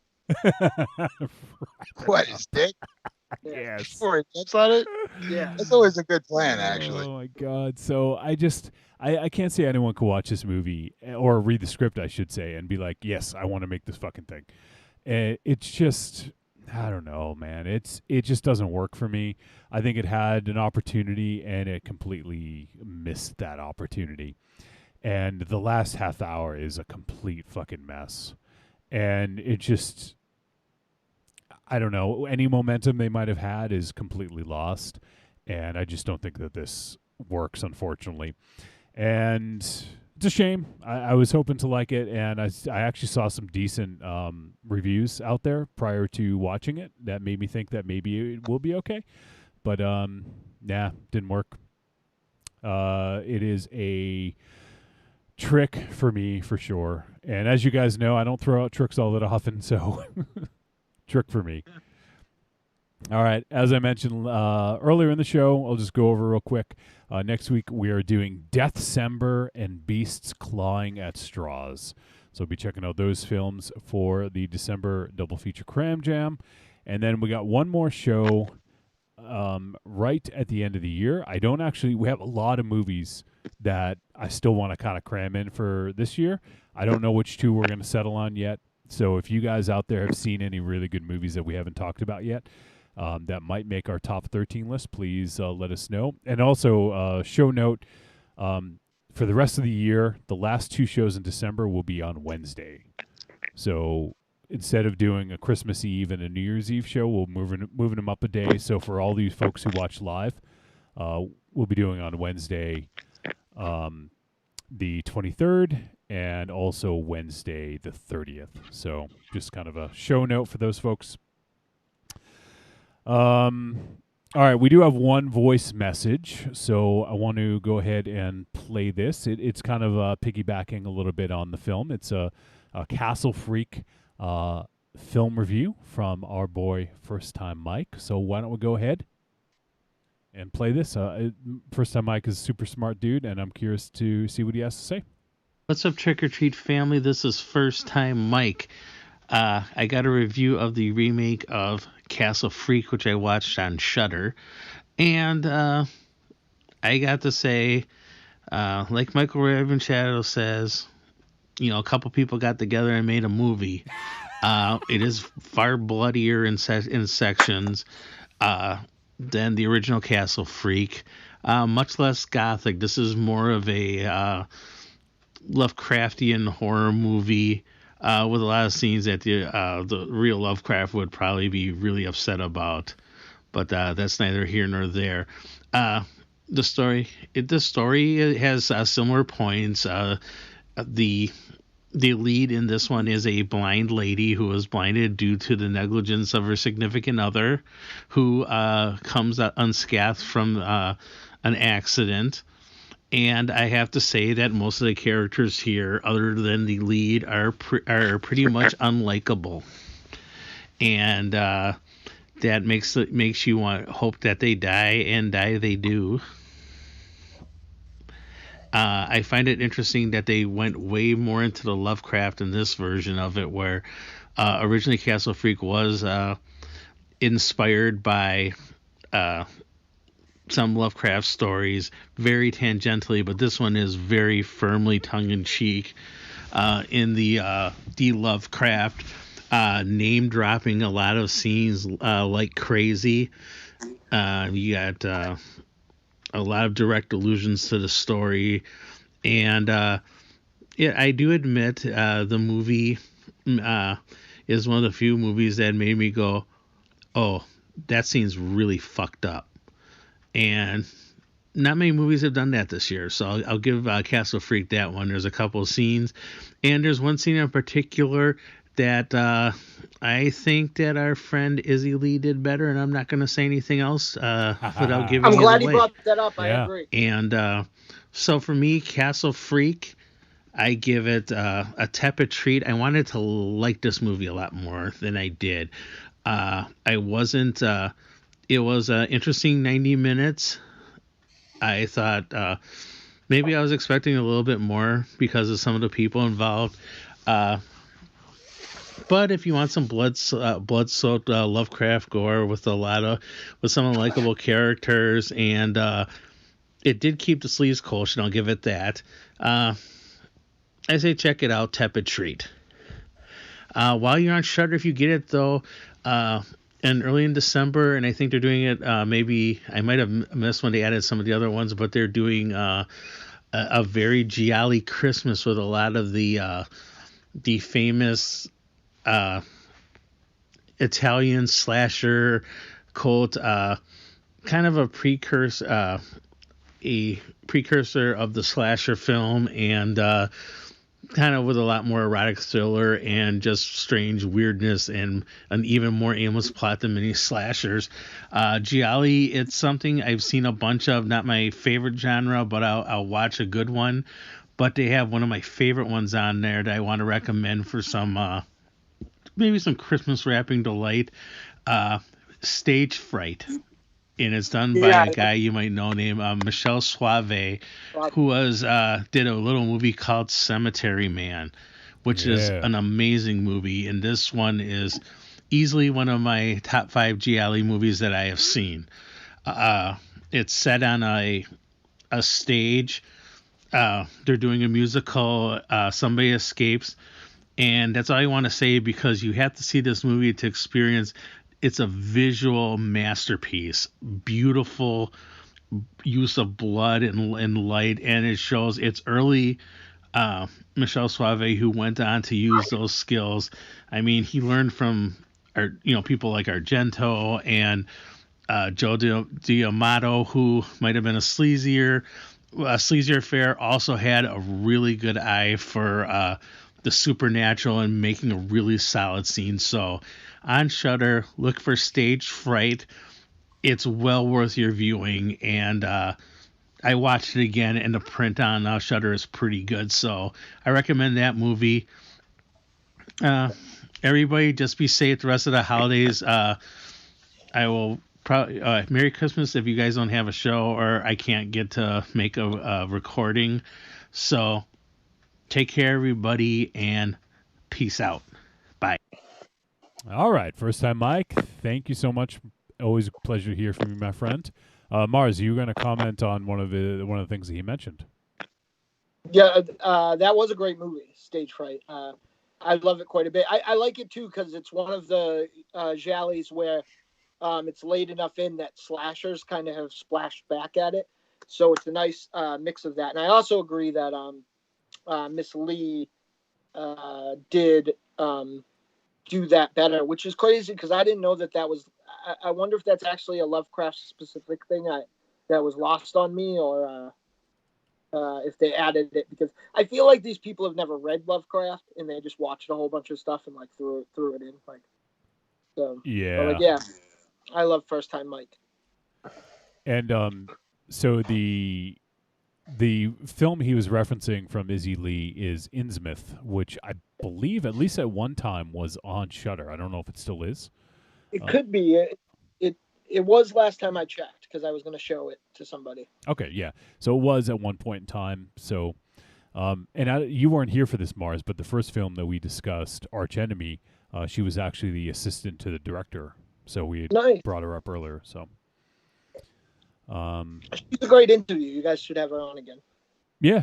We had her on a while back, but it'd be good to catch up with her again. But yeah, great voicemail as always. First time, Mike. Thank you, and I'm glad you did bring up that the Innsmouth reference there, because yeah, it wasn't as good in this in Castle Freak. All right, so we're gonna wrap things up. It is holy shit, almost midnight. So, first off, I want to thank Rocky. You had pretty much next to no time, so I appreciate you stepping up and pinch hitting for MZ. You got the movie in, and we had a great discussion. And as always, it's a pleasure to hang out with you. So I appreciate you stepping up. No, it's not. Quit lying. Well, I'll tell you the truth off the air. I want the folks to know that I want them to think that I like you. Oh, okay. Well, I enjoyed myself, and I took it out on you by making your show run long. So, and Raven Shadow, I love you, sir. Love you, buddy. You be good, and we'll get that fucking Axel Braun fucking Nightwing Red Robin thing going. Nope. Aries, I saw you dozing off there a couple times. Go get some fucking sleep, dude. I never lost consciousness, but I'm close. Fair enough. Mars and Johnny, to quote the great philosopher of the 21st century, especially in the year of 2020 of the lockdown, I say, from the loving mind of Corny, both of you can go fuck yourselves, and I'll see you next week. All right, Rocky, tell folks real quick before you sign off, No Man. Tell them where they can find you. You can find me on the Book of Face over at No Man Band, and we still are doing the Squeaky Chair on Saturday nights. So if you want to come get drunk and listen to people wail silly cover tunes into the morning, then that's where you can find us. And yeah, look up No Man, KNOWMAN on all your streaming services and check out my stuff. But for now, I have to go eat some food, get some caffeine, because in a mere couple of hours, Fuck's inspiring right now. Well, you can't see it because the background. Oh, that's right. Oh, well. Holy John. shit. Yes, Red Shadow. Ollie's chomping at the bit, so I got to go. Okay. So I'm gonna do mine. He wants to go first. Yeah, I know it's weird. It's fucking weird. All right, But Red Shadow, Rob, say goodbye. Aries, Bambaleo, wish you would help me shoveling. But yeah, live fast, love hard, survive with your mask on. And all right, buddy. Yeah. All right, see you, Raven Shadow. All right, Marsman, last thoughts. Say goodbye. My last thoughts, somebody got their guts torn out by a whip, and that's not how whips work. You can find me on the Force Insensitive every single week with two of these jamokes. Yep. The Wrestle Down with my new buddy Jar. Sometimes hanging out in my driveway with Aries. I think that's about it. Look up Danger Meows on the Facebook and Instagram and everywhere else for news of books, and keep an eye out for me and Matt Haney's comic company, Last Frontier Comics. So thank you very much for having me. That's the first time I'm hearing that name. I like it. Yep. I get the reference too. Yeah. Oh, and I this actually, I was going to break the thing. I called my video company, which I think is going to be me and Aurora, Turk Bedlam, after the old Deadites manager, current society manager Barry Dennis, if you called his answering machine, he wouldn't tell you what his cell phone number was. He would just spell out in letters Turk Ben because he was a son of a bitch. And his production company was called Bedlam Productions. So my new video game production is called video making production. So you do movies, you do books, video games. What? No, just kidding. We're gonna have another lockdown. I got time. All right, Mars. Well, so thank you so much. Thank you for pinch hitting and for hopping in for MZ. I appreciate it, man. I would love you guys to interview me soon. You're the best interview on the internet. So be like, Mars, remember that time you ate all that yogurt? That was cool. That was cool. Yeah. All right. Aries is going to kill me if I don't say goodbye to him. So. All right. Remember, children. Yeah, there you go. Go ahead. Wherever you go, there you are. All right, Aries. Goodbye. Go get some fucking sleep, man. Seriously, I hope you sleep. I salute you, Aries. Sleep. You got more shoveling to do tomorrow. Aries, I don't know if you have to work, but I'm giving you permission to sleep until noon. Oh my god, no! I gotta go up and get back to work tomorrow. Jesus Christ! All right, get to bed. All right, that's gonna do it, everyone. Thank you for tuning in to this very special episode.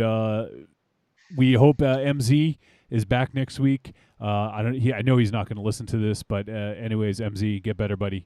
Hopefully everything works out for you very quickly. And if anyone wants to send him any well wishes, obviously you guys can probably reach out on social media.